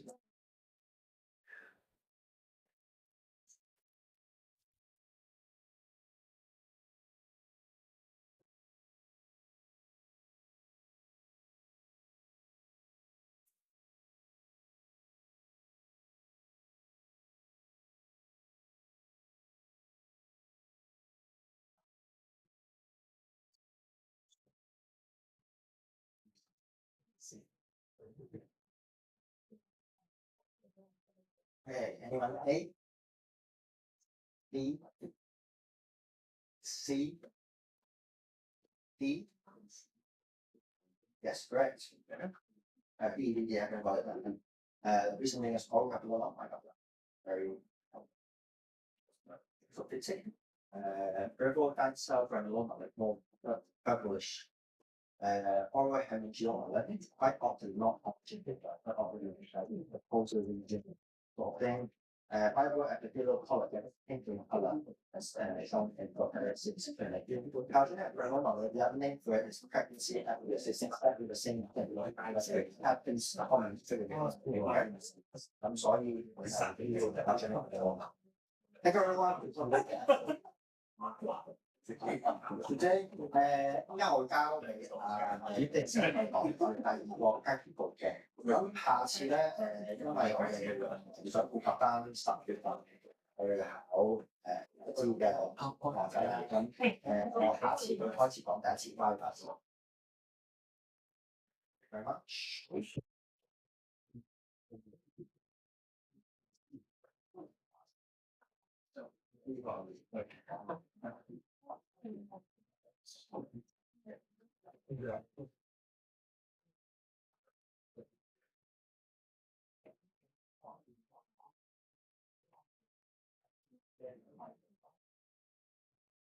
拜拜。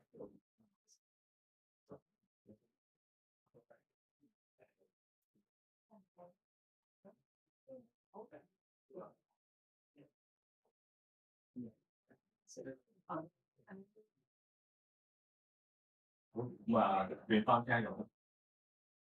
OK， 咁咧我就今日就負責講 OSCE 關於medical 啦，OK， 咁啊好快咁 recap 一下咧，我哋 medical 個 comment， 咁通常每個 station 就7分鐘，咁唔使影相嘅，都冇影咧，有陣時技術上我之後會 send OK 啲 summary 我 summarize 晒，方便大家問嘅，所以大家聽下去 OK。咁然之後咧，每一個 station 咧，其實我哋已知咧就有10個 station， 咁每個 station 10分鐘，2分鐘就睇個 reading， 即係睇個題目啦，咁就5分鐘咧入去就做個 task，OK， 係啦，咁所以就充咗10分鐘。咁然之後咧，有啲咩要留意咧？總共10個 station， 然之後每個 station 咧佢話係10分嘅 ，OK， 咁所以其實滿分就係8分。咁然之後咧，每個 station 其實佢哋係同一個比重嘅。即係唔會話你一個station 肥咗就一定唔係嘅，全部都係咁樣計嘅啫。咁而且佢哋講到明咧，佢哋 masking scheme 係 check this 嘅。咁咩意思咧？即係我想呢度提一提大家温書嘅時候咧，好簡單記 keywords 啦。你諗唔到咧就散彈槍 ，OK， 即係考試嘅技術散彈槍係咁爆 keywords，OK， 咁佢聽得明咧佢就聽，咁你中嘅機會就會大好多 ，OK。咁即係我哋今日係講考試嘅技巧 ，OK。咁好啦，咁佢哋其實係睇啲乜嘢咧？咁睇就係你個人夠唔夠系統啦，即係夠唔夠 systematic 啦。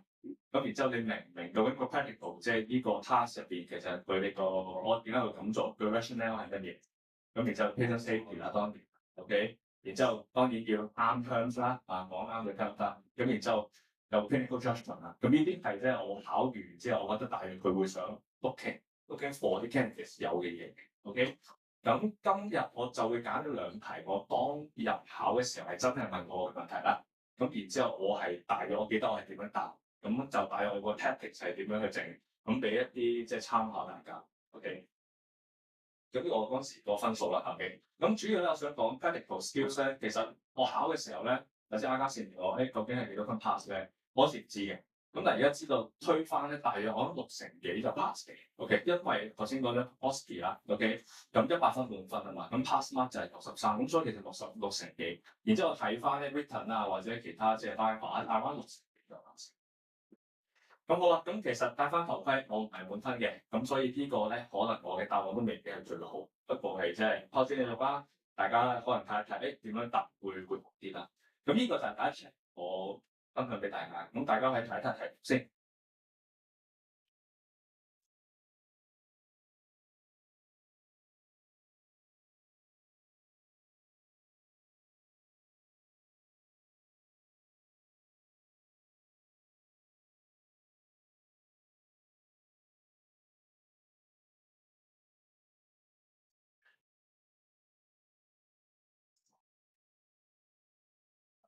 通常喺考試前咧，咁我喺個房度坐低啦，咁就有張咁嘅紙嘅。呢張紙咧，我冇記錯咧，佢黐喺門口度，咁你就企喺度望佢嘅 ，OK。咁然之後咧，咁你嗰2分鐘咧，你就要思考定究竟你點樣好 systematically 去長分。究竟呢題其實想問你啲乜嘢？即係有陣時你自己有少少判題嘅技巧啦。咁呢題好簡單。其實最緊要就係、其實好明顯就係一個即係 conversion technique，就係點樣將一個 complete denture 變成一個 income retaining 咁嘅 denture，就係個 table set 嘅啫。咁關於 income retaining denture 咧，我諗大家都要熟嘅，因為我諗都考得幾密。咁有2樣嘢一定要記得嘅 material consensus 或者 job consensus， 大家有聽過？冇聽過梗係要聽 ，OK。總之嘅 keywords 你一放咧就唔會寫㗎，因為好中意嘅 ，OK。咁都整上個樓要寫得大 ，OK 係。咁然之後咧，咁就要記啦。咁其實簡單啲嚟講咧，冇牙嘅 patient standard of treatment，OK，golden standard，lower denture 係要打2支煙牌嘅 ，OK。呢個係個而家個 consensus，呢個係佢非常好嘅。咁呢個大家記住咁簡單。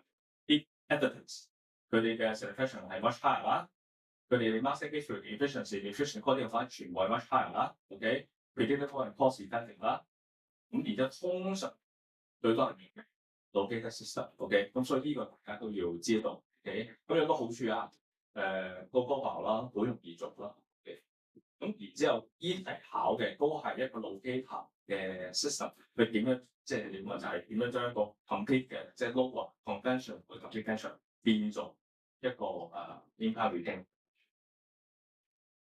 咁簡單講下路基啦，即係呢個 system 啦，後基。咁其實啲 terms 啊，路基啦不就係將嗰個金色嘅東西 screw 落去 implant 嗰個嘢啦。metal housing 就係擺咗個 denture 嗰個嘢東西啦。download insert 就係一個 color code 嘅一個 line of 嘅嘢，咁呢個係連換嘅。萬一你可俾考官問咩好嘅時候，一個 maintenance cost 非常之貴。block out spaces 咁我哋喺convention 嘅時候要用啦。黑色 mail 又係一個黑色嘅，陣間你啲圖嘅大家都有做過呢個動作，係咁我都好熟 ，OK。咁然之後就係咁唔同顏色啦 ，OK。咁然之後就 standard 同埋 locator RPX 就係話即係 extend version， 即係佢個 angle 多啲。咁呢個就係 standard 嘅話咧，就係上面啦，通常就係20度走站啦，我會記得。下面嗰個咧就多啲40度走站啦。咁大家知道分別㗎。就係中間啦，因為中間呢陣時佢叫double retention 啊，或者 dual retention 啦，就中間一個嘅 extend 就換咗個 dual， 有陣時佢可能會問。咁我嗰時考咧，我大約就即係腦海入邊就大約係分咗個階段啦 ，OK，咁就分咗8個 stage 去講啦。因為通常你答得系統啲，第一自己唔會答漏嘢啦，第二咧個考官會覺得你好似系統啲喎，咁佢容易啲鬆手俾分嘅，即係我自己嘅覺得。咁通常第一個咧就 assess 嘅方法，即係第一題，我見到個通常嗰個題嘅就係有個 model 俾你嘅，咁我就話咁我要 assess 第一件事做嘢之前睇下啲朋友嚟唔嚟先。即係呢個可能我都會留嘅，你直接就嚟啦。其實整啲就我睇下某啲嘢咧第一步啊，OK， 總一人喺度聊啊，高高低低啱唔啱啊？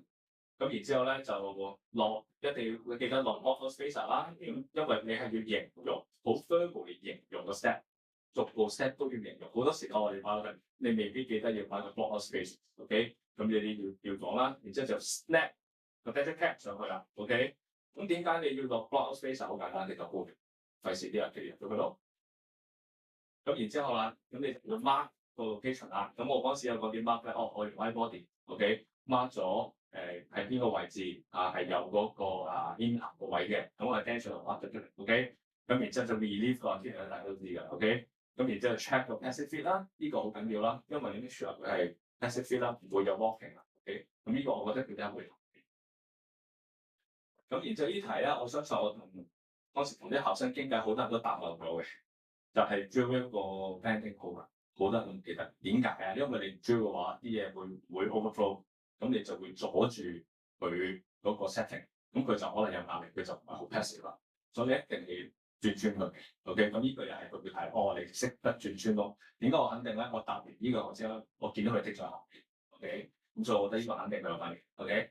咁然之後調翻 high pressure 啦，咁啊 example 就係因為 fail to measure 咧，咁就真係即係可能覺得你會可能你攰咗，但係你即係經歷過嘅，可能有時啲嘢漏咗啦。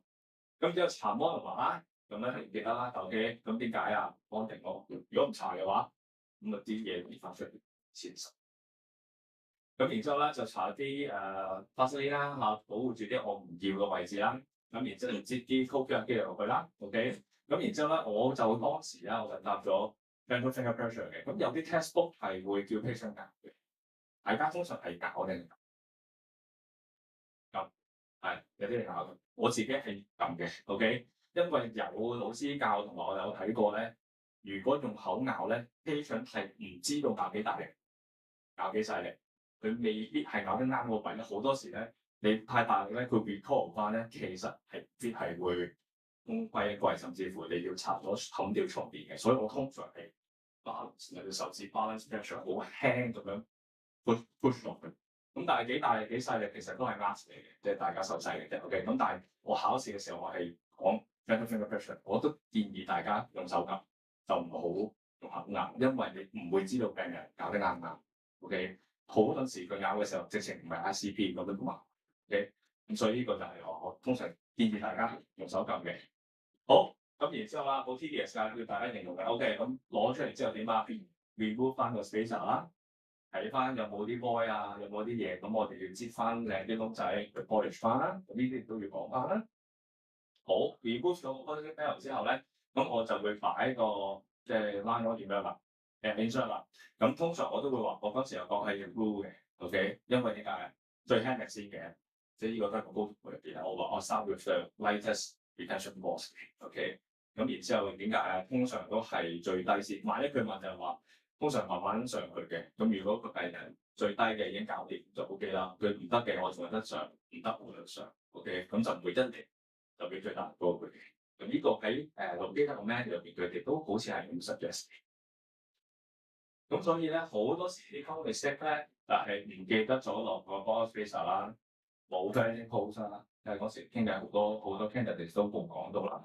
咁啊，好多時我覺得就係叫佢咬盡量水啲咁啦，唔記得落 model 啦，跟住擺錯嘢啦 ，OK， 唔記得落 fast 呢個講嘢啦 ，OK， 冇 check 個 passive fit 啦，即係呢啲都係啲好常見 common mistake。咁所以大家記住嘅時候咧，咁講咧，咁佢就 OK 啲。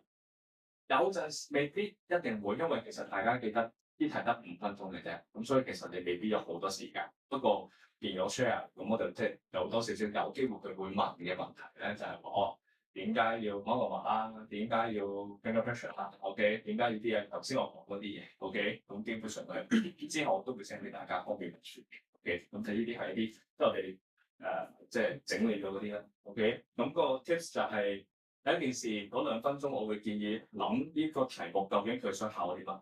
然之後我要俾啲咩佢 ，OK？ 咁諗定個 structure 就唔好去到就報，因為好多時有時好緊張咧就諗唔到嘢 ，OK？ 咁就最緊要 language components 啦。萬一你真係搞錯咗，起碼啲名啱如果嗰個考官心情好，都可能剔1-2分俾你啦。OK， 咁啊要 explain why 啦，因為你點解做，佢要知道你係有個 knowledge， 知道你係個 personal 係乜，你就咁講咧。如果佢想 challenge 佢就會覺得你都冇解釋點解要做呢件事，咁呢個你都要講。time management 5分鐘其實好短時間。咁如果大家真係想練好啲，可能考試之前咧，有陣時你自己練下嗰5分鐘究竟你講啲，因為有陣時以為講得好多，講得好少，咁你自己知道嗰5分鐘可以做到咩嘅幫忙啫，你 prepare 喺上邊。OK， 咁所以呢啲就係嗰啲 bonus stage 啦，即係大家嗰邊頭先都講過，咁我會 send 俾大家。好，有冇咩問題先？我哋第一題就好簡單，就係好純粹，佢真係考一個 procedure，就係講一個 tension 你點樣變做點樣嘅，就係講啦，你就逐個 step 講 ，OK， 好單純嘅題目，咁就冇問題咧。只係一句啦，我哋即刻去下題。咁下一題咧就係 framework try-in 啦 ，OK， 都會好 common 嘅 ，OK， 亦都係 practical 啦，即係咩先？即係又係你係講嘅 ，OK。咁好啦，咁又係2分鐘俾大家睇。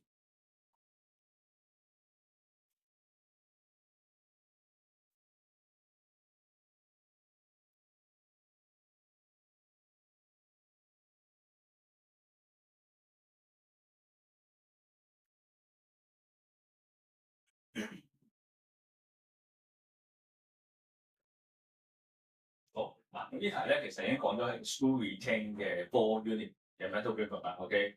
大家咧如果做咩 income bridge 嘅時候，會唔會 try framework？直接啲啦，一啲啦 ，OK。咁其實咧呢個時咧 UK 咧佢哋都比較即係都好傳統啦 ，OK。咁佢哋係會要求呢個 framework try 啦，尤其是一啲 multi unit，OK。咁當然。佢係攞咩 mental try 咧？係真係佢做 CMC 嘅，即係做 CMC，佢唔做水工嘢，即係比較 old fashion 少少嘅。咁所以其實呢啲係啲即係以前好傳統嘅緊啲嘅 ，OK。咁就係大家都要識啦，因為佢嗰個考試嗰個頻率，我相信都一定有嘅。OK。咁呢題咧，其實我冇嗰啲題目啦，所以其實我只係上網抄上嘅，所以都費事唔好俾大家咁費事講嘅嘢。咁啊，但係啲文字嗰啲會整啲俾大家，但係俾個 concept。咁我當時收到咧，其實就係一個冇。OK， 咁然之後咧就係呢個係唔啱嘅。OK， 我係收到個 version 4嘅名。OK， 咁然之後咧，咁我上網揾到張相咧，大約類似咁樣，有一個 finger 喺個working impression 裏邊啦。然之後咧有啲 screwdriver 啦，有 hand wrench， 有最緊要有個 strip hook 同埋啲 screws。OK， 咁然之後就個 model， 咁就 OK， 咁做嘢啦。咁佢就唔出聲㗎，咁佢就揾你發揮，就揾你應用。咁所以第一件事 ，OK， 咁你就要 check 佢 fit 唔 fit 嘅時候，咁點做咧？咁所以通常第一時間我就講 OK， 咁我哋睇下個 framework 有冇乜嘢問題先啦。OK， 咁啊有會唔會有啲 voice 啊？會唔會就係有啲好明顯 misfit 啊，或者直情係住得唔就係呢個問題啦。然之後咧，咁我就會 passive listening test 就咁先落去，睇下有冇啲好明顯問題。呢個我都做一度講，因為齋做咧。講佢唔知你做病，所以你會一做嘅都講。所以點解我意思係明嗰陣時你要講 ，OK？ 因為就算你認得唔好咧，你講啱咗 passive listening test， 其實個考官已經唔知你後面講咩㗎，佢就剔咗。佢即係呢個，所以就話散彈槍係啲係要知道晒啲嘅，然之後你就喺度講講啲大名出嚟得㗎 ，OK？ 咁然之後我將啲 finger pressure 就係擺落去轉下啦，撳一撳睇下有冇啲好明顯嘅 mistake 啦 ，OK？ 咁呢個係第一步 ，OK？咁啊，所以其實就唔好 force 啦，咁就唔好夾硬撳落去啦，OK？ 因為咧呢啲 model 咧都一定有少少唔變嘅 ，fit 到不得你話會考你，OK？ 所以一定係有少少唔變嘅，OK？咁所以第一步係咁樣做。咁好啦，咁啊第二步咁啊就係 book test 啦，我哋就話 OK？ 咁就攞支 book 出嚟啦，咁啊撩一撩佢啦 ，OK？ 咁就睇下有冇啲 cache 啦，會唔會有啲 marginal discrepancy 啊？唔清楚啊，唔識嘅 ，OK？ 係啦，咁然之後咧就。因為睇 small gaps 嘅話咧，其實個波係睇到，但係大家要記得，支波係60 micron，60至110 micron。OK， 點解咁講咧？即係代表個 gap 細過60 micron 嘅話，波係 check 唔到。OK， 所以個波係有個缺點嘅，唔係無敵嘅。所以點解要做好多 check？因為有啲 check 係排除咗一啲嘢，有啲嘢唔得。OK，咁就60 micron已經足夠好多啲 material 敲入去㗎。OK，咁但係問題係佢啦已經。咁所以咧，同埋 Explorer 咧喺 horizontal discrepancy 係一啲嘅，就容易啲 check。咁但係如果 vertical 嘅話咧，有時冇咁好嘅。咁即係有時如果個考官即係你考得好叻啦，佢想抽下你書啦，OK，咁你就知道呢啲嘢。OK，咁如果一般應該唔會問嘅，通常問得呢啲應該可能你考得唔錯，其實有啲高難度嘅問題。